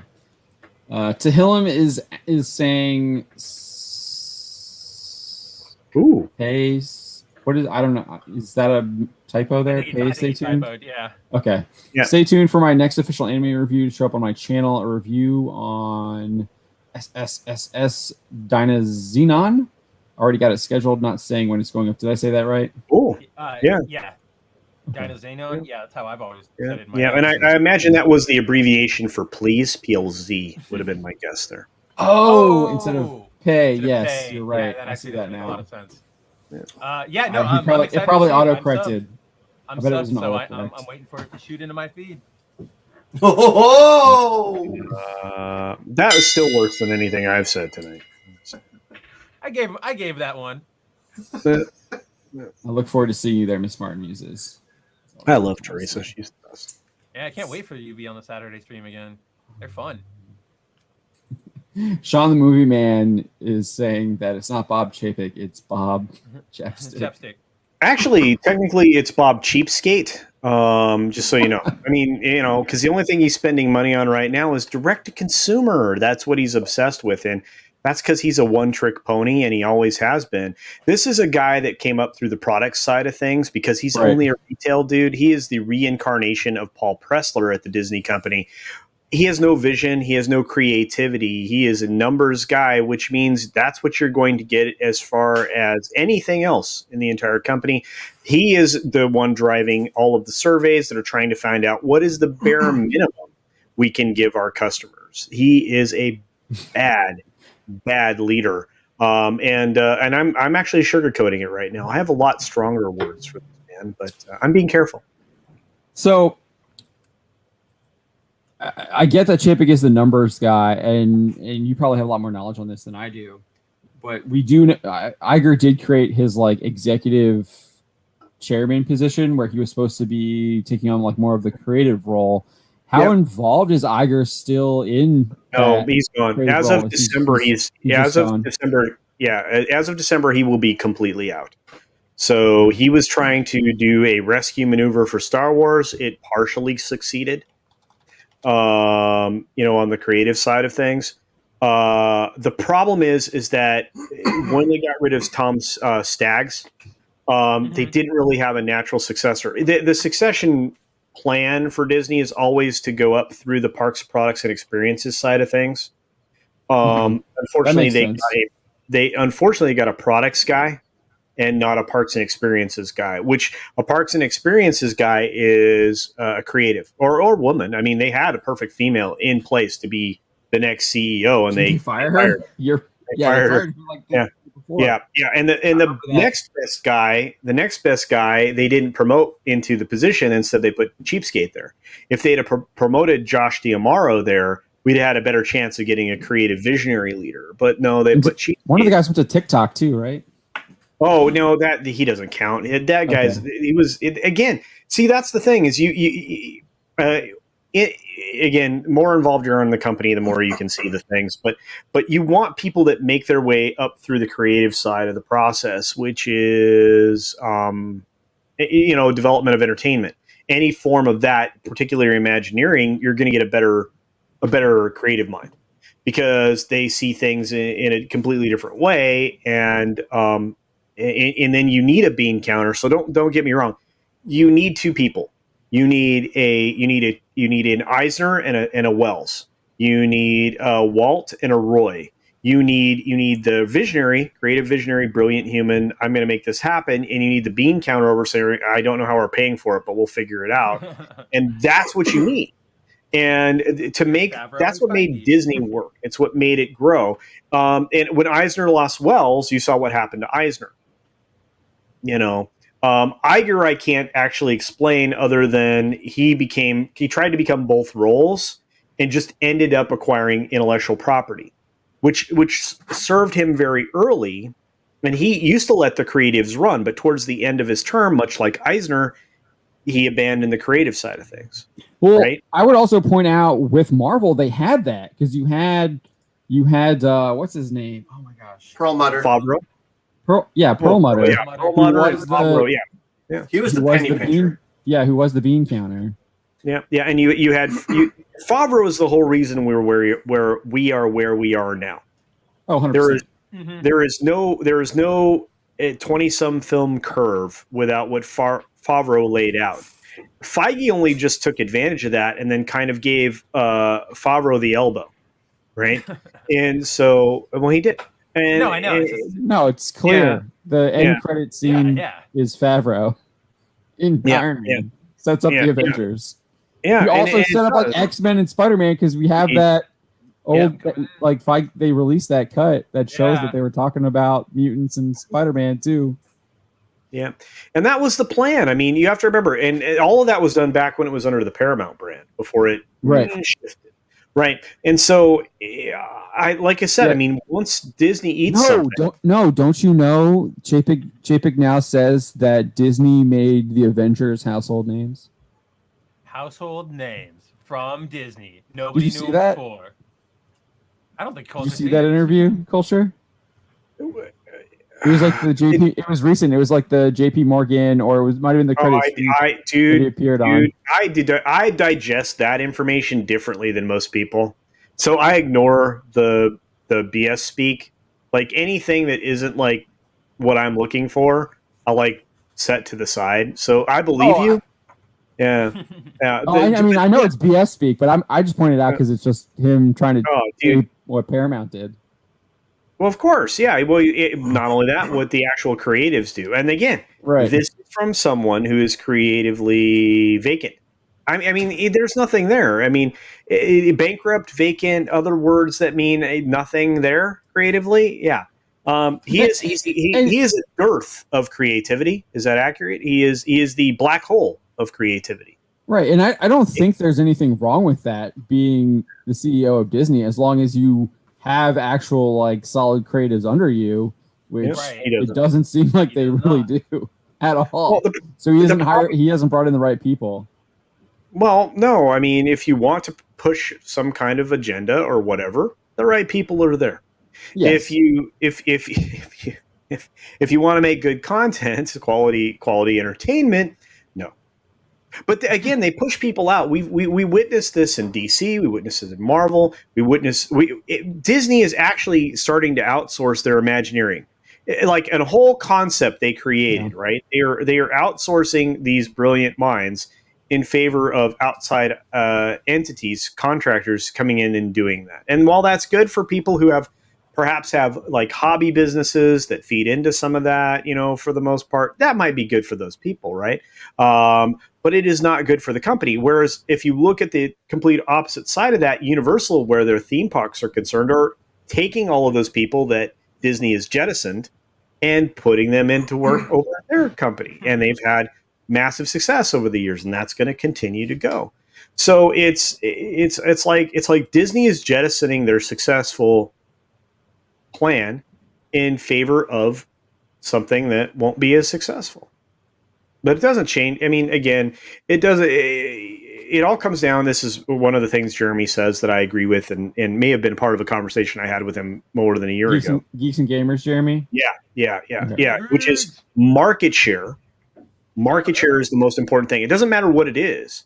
Disney is losing market share to Universal here. Yeah. They're losing market share to other entities over here. As far as it goes with television and streaming, they're losing market share. They're losing market share to Warner right now with HBO Max. You can't see it, but it's happening. They recently, man, I'm going way off topic, guys. I apologize, but they've gone. Yeah, sorry, Don. They've gone completely astray when it comes to subscriber base for Disney Plus, because all they're pursuing is the number of subscribers, not what they yield, because the ARPU continually goes downward with Disney. They had a small tick up, but then they just signed up like 70 million folks in India, right? Yeah, with the they're doing that. Those 70 million people came at an ARPU a number of 70 cents a person, which is well below the 470 some that they were like at before, right? They were almost $5, and they're dropping that number constantly. Valiant Renegade covers the same kind of numbers that I do, so he's also in the same vein as I am. But they're constantly driving it down. Now, they're also going to drive it down because, again, they're trying to preserve this artificial subscribers are the only thing that matter idea. When they just made this deal with Amazon. Did you know this? They made a deal with Amazon either yesterday or the day before that makes it so that with Amazon Music Unlimited, they're giving away 6 months of Disney Plus. They're just throwing this out here, yeah. Okay, and every time they sign up a bundle deal, right? They're lowering the ARPU for Disney Plus. Perfect. Thank you. There it is.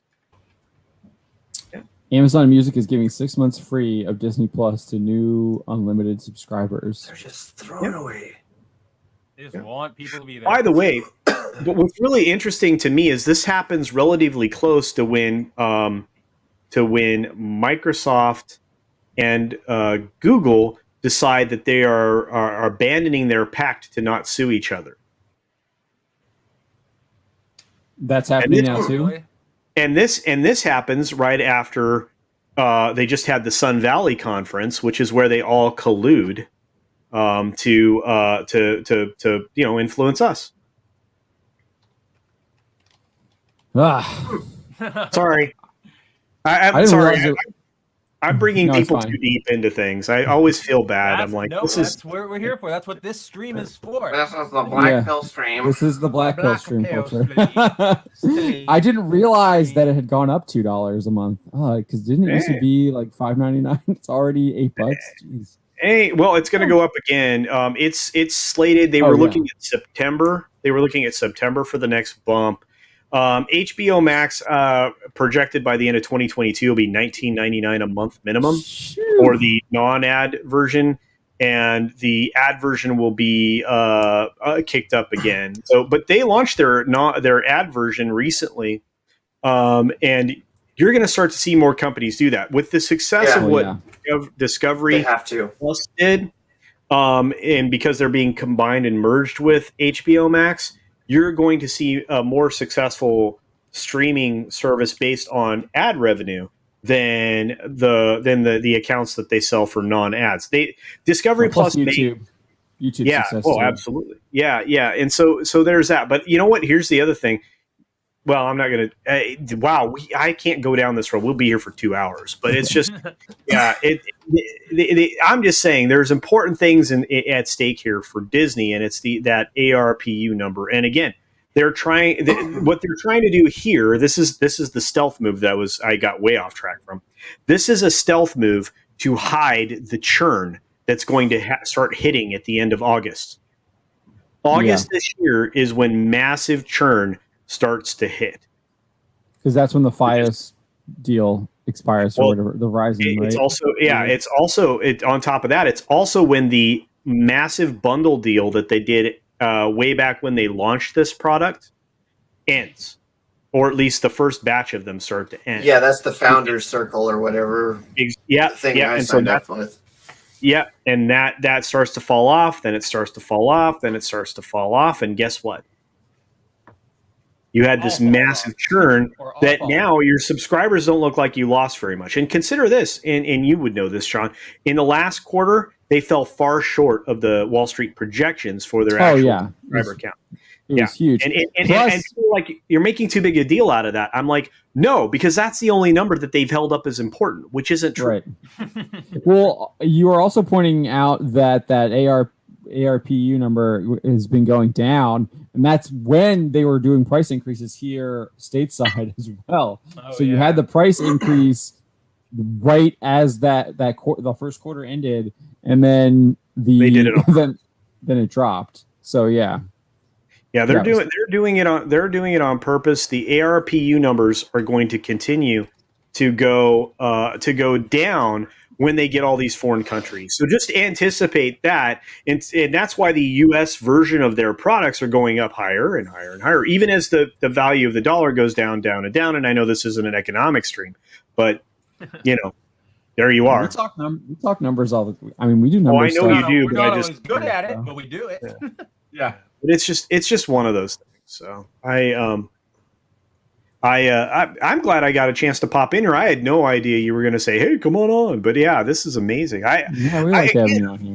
I feel like, man, this is perfect because I get to hang. I was happy playing MLB in the other room, in the media room, playing MLB and watching you guys on the 65 and playing on the 80. I was like, this is awesome. So, Humble brag. Oh, I'm sorry. Oh, shoot, I do that all the time. I apologize. No, Culture. I'm totally kidding. No, that was not. I'm totally. I feel bad. I do that too much, don't I? Yeah, no. You did. You set the stage for me. Now I can see like what your setup kind of was. Like you had the bigger TV, and you probably had the smaller one. That room. And that's the room, man. I have the volume turned down on the baseball game. I watch you guys. Right. Again, I love it. And my buddy Donald here is always entertaining. That he is. Trying to measure 65 here. Oh, I'm sorry. Dude, I can see his setup in his glasses. So you know what, Al? I can see all those monitors you got going. Yeah. So I wanted to bring this up. So this is Samba TV. They're there they are. Guys are awesome. Analytics company. Yeah. So this is episode 3 for Loki, 727. It's 160,000 decline. I think it was 160,000 decline from the first episode, which was 890. And as they noted, that happened with WandaVision. But I do want to put that in perspective here because this is how many people watched in the UK this reality show called Love Island. Yeah. 1.9 million. So this reality show here has over double the amount of viewers as Loki. And that's in a smaller population, right? Yeah. The UK is a smaller population. In the UK.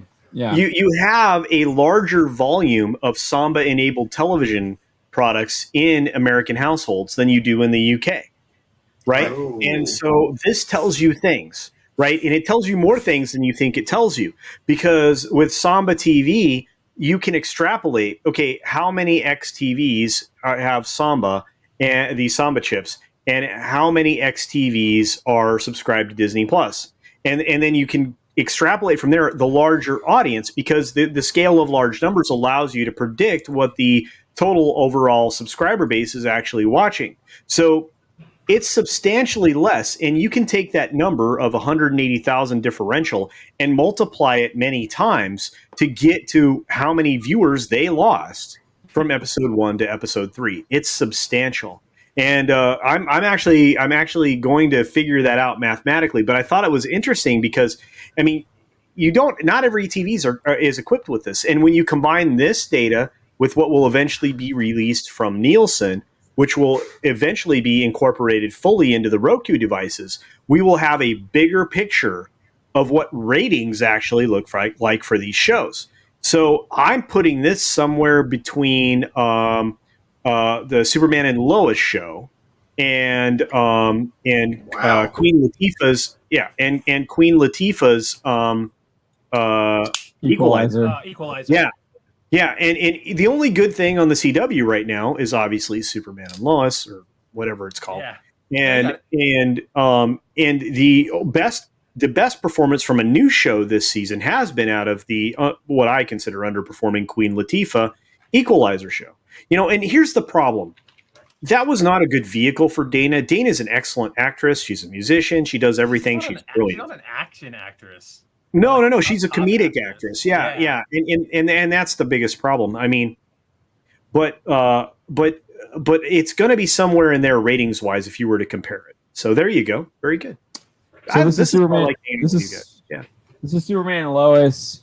Yep. And so obviously huge premiere, 1.7. 1.7. And it kind of teetered off a little bit because you had this 2-month break. You had this 2-month break where they lost almost 500,000 people, and then it came back up. It's slowly been coming back up, and then another hiatus. A little bit of a dip. Oh, that's right. There was that's right. There was a hiatus in May to June up there. Yeah.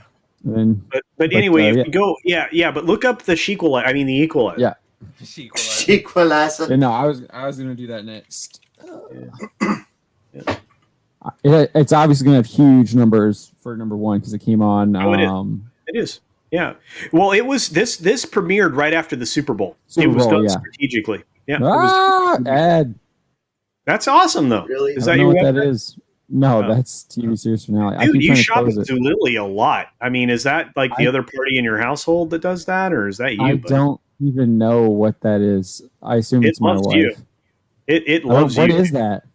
Looks like a trash can. Earbuds. Those are earbuds. But I don't have mine. Like a trash can. Yeah. There you so go. They're averaging 1.18. Oh, that's the demo. Yeah. Average 8.7. Holy. Yep. So somewhere between 1 point. No, that's normal. That's normal for cable. Remember this? It's cable. That's right. It's not the CW. Yeah. This network. That's why I was like, what?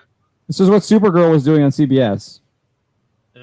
Season 1. So 7. So there you are. So 7 million, somewhere between 1.7 and 7 million is probably what you're getting on Loki.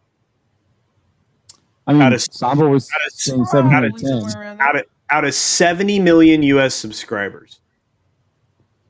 Yeah, I mean, Samba was saying 710,000 households, right? Right. So, Yep. And I think the factor form is 9 or 8. It's somewhere like that. I'll need to look it back up. But of the projected numbers there. So yeah, when you break it down, the percentage of US TVs equipped with Samba that are also subscribed to Disney. So So you're saying when Samba's telling you that it's 710,000 households, you would have to multiply that by something to get an equivalent of what the viewer rating here would be? Yeah, exactly. So it would work out to this number, which is about right. So maybe I was probably a little high in my estimation, but it's somewhere, I would say right under 7 million, maybe 6. I'll figure it all out. I'll give you just kind of eyeballing it. Well, it wasn't great, but yeah, that's how I feel. But I'll prove it. I'll prove it. I'll prove it out. But it's an interesting place when you think, okay, there's 70 million subscribers for Disney in the United States, roughly, that are actually active subscribers. That's 10% of their audience that's watching them. Right. Okay. I see what you're saying, but this is still the equivalent of It's Doctor Who of this number. Yeah. Well, yeah. Well, no. If this was Loki, yes, the third episode would be 710. Yeah. Exactly. Yeah. 0.710. It would be 0.7. Yeah. Somewhere in there. Absolutely. Yep. Okay. All right. I just wanted to clarify that. I thought you were saying you needed to multiply that number to get. No. It's I was looking. I think I was confused. No, yeah, definitely. I worded it poorly, so that's my fault. But yeah. Yeah. So Superman and Lois on the CW is doing better than Loki. It's very close. Makes sense. Sounds about right. Because I think the last one was 800,000. So. Yeah, and it's obviously not the smash hits Disney is hoping for. So yeah, let's just and again, I mean overall, yeah, but again, I'll look it up. I'll bear it out in numbers because that makes me feel better. So, we might actually have to get you on here tomorrow because bounding breakdown. We're gonna do a bounding breakdown, and we got this. I got this email from Samba. Oh, good. I don't know, where do I have it here? What did they say? I wish I could do it. That's Thursday's the worst day to try to get me on something because I'm everywhere. So they sent me this thing, or they sent me a newsletter, but this was in the newsletter. How do popular shows represent LGBTQA characters and who's watching? And so they have a bunch of charts, and this is like their main chart here. These are the shows they surveyed. They update this. I feel like this is not what you're looking. This is for that's not what I was looking at. This is for sexuality. Is this one? This is not what I was. You and I were looking at the. That's April. Like racial demographics. Yeah, that's not what I was wanted. Hold on. By the way, have you guys enjoyed Batwoman as it ends in the season finale, knowing that there's season 3 on the horizon? I've never watched. And it's only because they were part of crossovers. Never watched it. I have never watched a single one. She was the worst part of all those crossovers. I have to say I didn't anticipate. I didn't anticipate how awful it would be in the second season. Sometimes things just happen. So I this is still have May. to watch Superman and Lois. Oh, that's close. Yeah, that's new. Yeah, I'm so far behind. And so this is a look at how representation drives viewership. They look at U.S. population, and then break down by build cast members. 24%. They're misrepresenting what these numbers mean. Oh yeah, definitely. But this is where they get into this, and they talk about the correlation of based on race of like what people are watching. And so we're going to kind of look at this and break it down tomorrow. But so this is kind of like a sneak peek of what we were thinking about. 97%. I'm sorry. 97% of most viewed shows in February featured a white lead. Okay. 53% of most viewed shows in February featured a black lead. I wonder why that was. I don't know, but like their conclusion. So remember, so you have this 97%.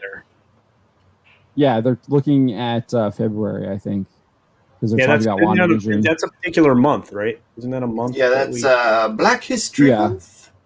Oh, okay. Oh, yeah, right. What a random Yes. Okay. As if you're right. That month is supposed to be February. Like media consumption. That's so weird. But so what's interesting is here. So they didn't include 14 of the top 50 shows. Yeah, what is in their survey or whatever, because they were excluded for animation or subtitles. Love the subtitles bit because that just if they included everything with subtitles, their entire argument, or not even argument, but like their entire thing is gone. It's just absolutely gone. But they conclude by saying, in order to reach key diverse audiences, studios must embrace diversity and bear in mind that viewers are more likely to watch shows where they see themselves represented. But like, what the heck? There was a Disney executive recently preaching the same thing. Yeah. I've got a piece on that. I'm going to draw a line to that lady right now. So this is the thing when you know it's all coordinated, because they're going to they create these number word jumbles that don't make sense. Yeah, and then, I mean, to me, they all say the same thing. The data actually contradicts what they're trying to push. Oh, Yeah, like this number, on that one. 97% of the most viewed shows in February featured a white lead, but then they tell you, they conclude that you need to have non-white people in leads in the shows in order to reach non-white people. But if 97% of the most viewed shows in February are a white lead, that means that that's what's popular. Non-white people are watching that show, right? Like, right, and what?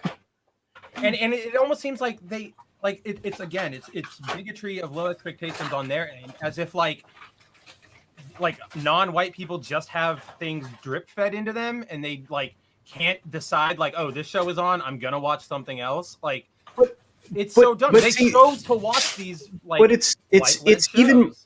Yeah, but it's even more disingenuous because in February, many of the popular shows promote a black lead or push a black lead storyline in February, and that's fine. But it artificially changes those numbers. Right. Mm-hmm. Absolutely. So these are the shows that they're saying that are the most diverse. Young Rock, which I've never even heard of that show. What's that? It's a show about The Rock, like an autobiography. Remember Young, or what is it? Everybody Hates Chris, the Chris Rock show, or it's like that. It's literally about like The Rock. Yes, like Wayne The Rock Johnson. Okay. And we got the Mando Resident Alien, which is that's the sci-fi show. That's Alan Tudyk, though, right? Yeah. Isn't that Alan Tudyk? Mm-hmm. Okay. Equalizer, obviously, and then Superstore that's like a sitcom. Yeah, right? it's just a sitcom. But look down here at the ones that are the least diverse. Superman and Lois, which is wow. I think that's the second top show on CW list. behind Walker. I think Walker's still doing really well. Wow. Still top. And Ted Lasso won all those Emmy awards. Oh yeah, that thing. Yellowstone is huge. From what I understand, Yellowstone is huge for Paramount. Non-white viewers though. But yeah, all these like Stranger Things is probably the closest thing we've gotten, I would say, to Game of Thrones as far as like widespread popularity. Yeah, right. On that level. Well, that's going to flag, but yeah. Which is weird because isn't his name Lucas, right? He's one of the four main kids. Yes. Yep. The kid with the teeth. Not diverse enough. Right. Oh, and there's Ozark. That's really white. The Crown, extra white with cheese.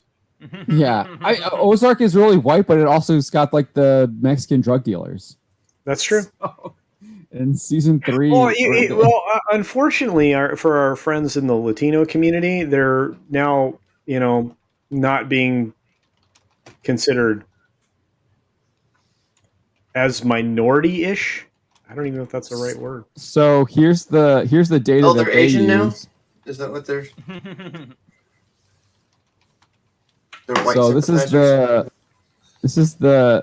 is from I assume this is Census Bureau data, but if you look at Census Bureau data, they also like they'll actually there's like a category where they add the Hispanic population to the white numbers. So it's it's like 78. Yeah, it's bad, and it's getting worse. By the way, the MPAA thing flies in the face of some of these numbers already. Did you know that the Hispanic population, the Latino population, actually attends films at almost a 30% rate as frequent moviegoers? No, I did not know that. Yeah, that number's been steadily climbing the last few years. So that you can get that. That's in the 2019 and 20. I don't know if the 2020 report came out. I think it did. But the MPAA runs a theme report every single year. It's free. You can download it. It's a PDF, and it breaks down the audience. And it even breaks down, which was interesting, it even broke down films, and it not only by the demographic consumption of male and female, but it broke it down by ethnic groups as well. and well, let's name the film that we all remember. Harley Quinn and the ridiculously long name that we had to change after we released the film. To remember. Yeah, yeah, exactly. That one was dominated by a male audience. Yeah, and you saw the substantial uptick in Hispanic audience members of frequent moviegoers to across the board of all of the films. But there were certain ones they avoided, and I'm trying to remember if Harley Quinn and I can't remember the rest of the name film was one of them where it kind of ticked downward, but I thought it was interesting. So yeah, there's a lot of great data out there. I love data. Data's fun. Yeah. Sorry, blah blah blah. No, not blah blah blah.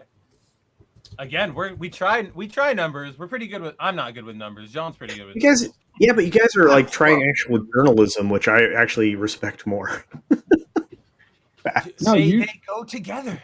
Spencer's throwing himself short. He was the one who broke down. I think one of the first stories he wrote for Bounding was that what's her name? Bethany Lacina's stupid. Yeah, the Ethel. Here's why Star Wars fans is racist. I looked at 2 tweets. Yeah, she did some kind of like Twitter analysis, and it's just her, like when you actually looked at what she did, it's just like she literally removed all the positive tweets so she could like have that analysis. Wow, absolute garbage. And then it got resurfaced because of Ripley or rewriting Ripley. So that's where we are now. Oh man, the problem is they lie so much that it's just like trying to overcome like 10,000 lies that are the same lie because they all come from the same source, which is the beginning of the lie. It's like, oh my god, start with bad information and go from there. It's bad. Oh yeah, I see it every day. People will like just respond to like one of our stories just to the headline, and I'm just like, you obviously didn't read the story or watch the video in the story, and so you came to this like crazy conclusion because you didn't actually look at what the person said or what the numbers say. So we're seeing that that was one of the topics the chat was talking about earlier today is how they're manipulating the data. Comicron is manipulating the data now when it comes to comic book stuff. Yeah, and they're adding in the crowdfund stuff and the manga and everything to make it look like the Western comic book industry, like DC Comics and Marvel Comics is doing great, when it's clear that they're not, especially when you go back and look at the data that they had before all of those companies left Diamond, before DC left Diamond, before Marvel left Diamond, the numbers were clearly going down.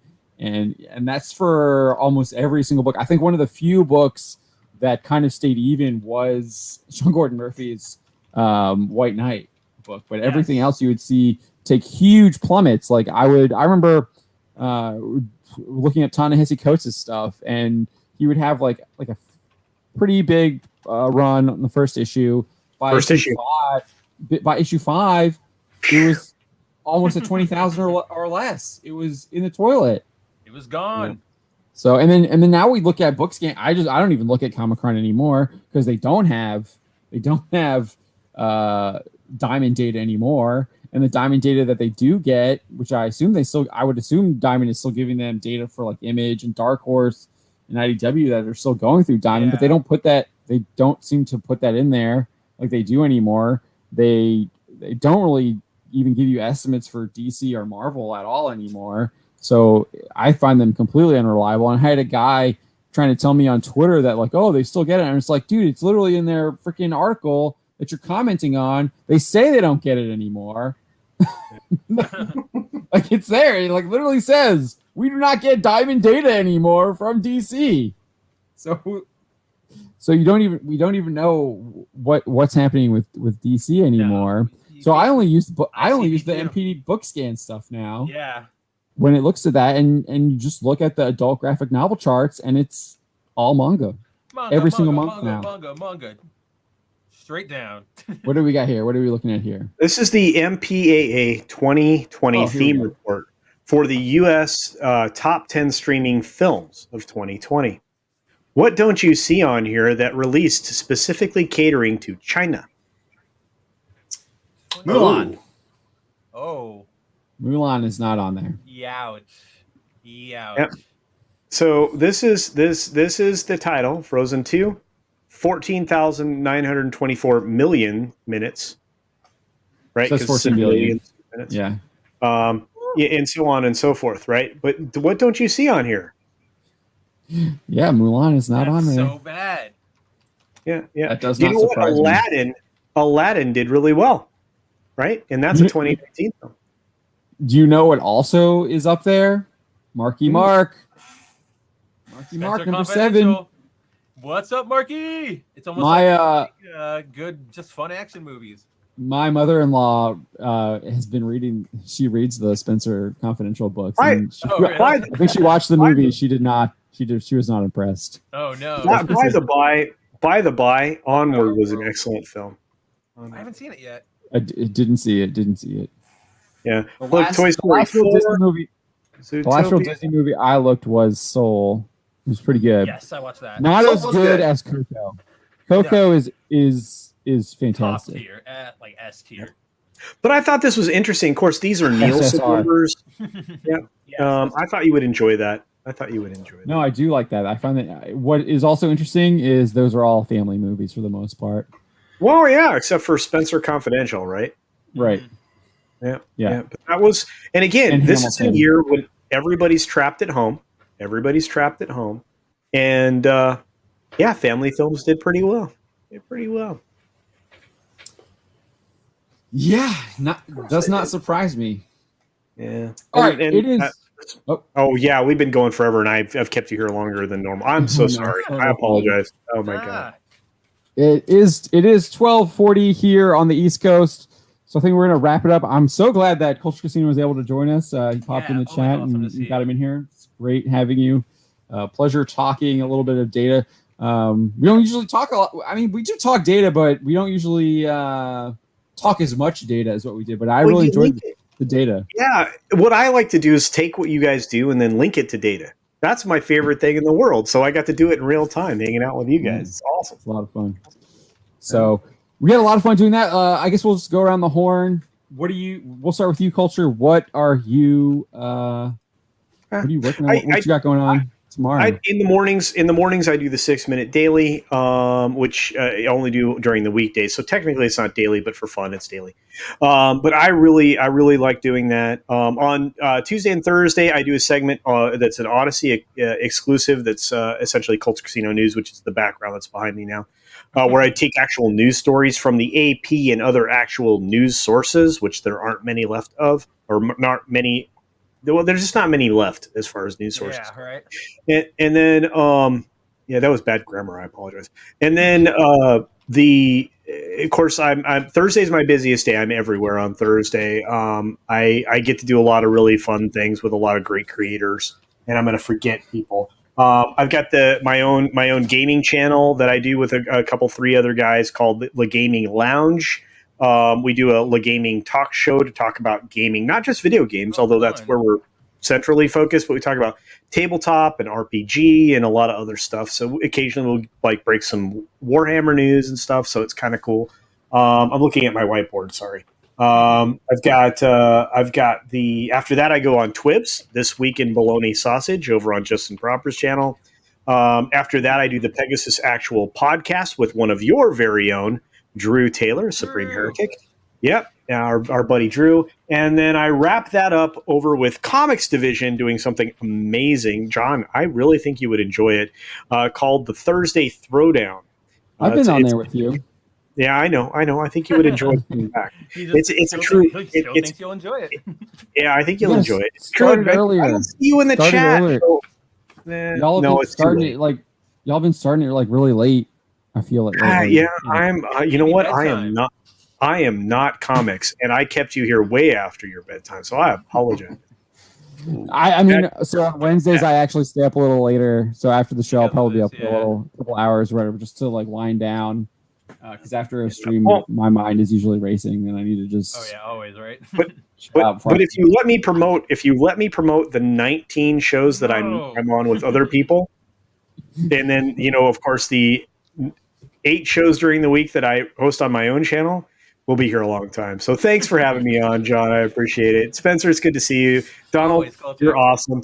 He's doing what they do to me on Street Smarts. They pick up, they take a blanket, and when I start promoting stuff, look at him. Look at him reading it. I don't know why he's doing that. Don is out of character right now. He's only supposed to be doing that when we're talking sports. Talking about sports.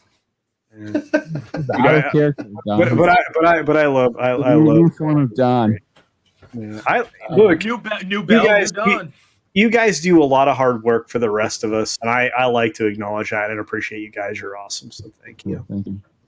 I see Sean the Movie Man here's like, I don't know. I was reading the chat. I just got an hour behind. We had to skip. Sean, an hour became 2 hours. Sean, it's my fault. It's my fault, Sean. Blame culture.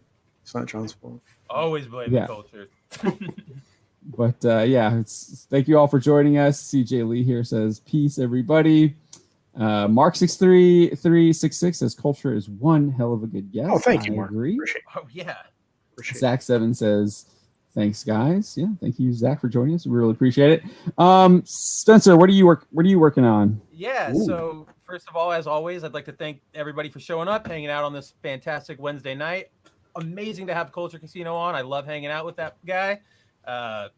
As for what I've got going on, just more articles coming in on Bounding Into Comics every day. I mentioned at the top of the show, tomorrow we'll have coverage up about the whole Ernie Gygax Dungeons and Dragons kerfuffle that's been happening. Gen Con, everything. It's a mess, but we're gonna parse it for you tomorrow, and then we've got I've got some other stuff that I'll work on and I'll get out there. But aside from that, really just check us back out probably tomorrow for our Bounding Breakdown, and back here next week, same bat time, same bat channel for another Black Pill stream. Yeah, looking forward to it. I'm sure it'll be more Loki talk too. Definitely more Loki talk. Yeah. All right, Don. I know you've. I think you got some X Factor. Oh goodness. I don't know. I'm not reading X Factor. I'm reading this. Hey now. Fantastic. Anyway, no. So yeah, I've got a shout out to Matt Moylan. You went on Entertainment. Matt Moylan, love him. Little Formers. At Little Formers on Twitter. But yeah, going to be doing a little bit of a dive into this thing that's got Twitter's panties up in a bunch, and they want the a little more than that. A little more than just in a bunch. Dead. Yeah, just a little bit. Yeah, just a tiny bit. Some crazy. I screenshotted that one in case you didn't do it, so you can include that one because that one is insane. I archived it. I've got a whole bunch. Just putting her name in there. Find out there's everybody's talking about her in the wrongest way possible. And then another. Yeah. Yeah, and then I got another one down the hole of stuff that's going to be happening with all our media. Not just our shows, just our movies, but eventually our advertising. That's coming up. It's going down. Okay, yeah. Looking forward to that one. All right. As for me, we'll see what happens, what pops up tomorrow. Probably have a couple videos up. Maybe might just be one if we do a Bounding Breakdown. We'll see if we can wrangle Culture Casino to do a Bounding Breakdown on that Samba TV diversity data. Really get into that. What's interesting, I don't even see where they linked the questions that they asked in the survey data. They so don't. That's really annoying. Survey data. We'll get into it because of course. It's bad. But yeah, so I think that's what we'll be doing for Bounding Breakdown. If something else doesn't come up.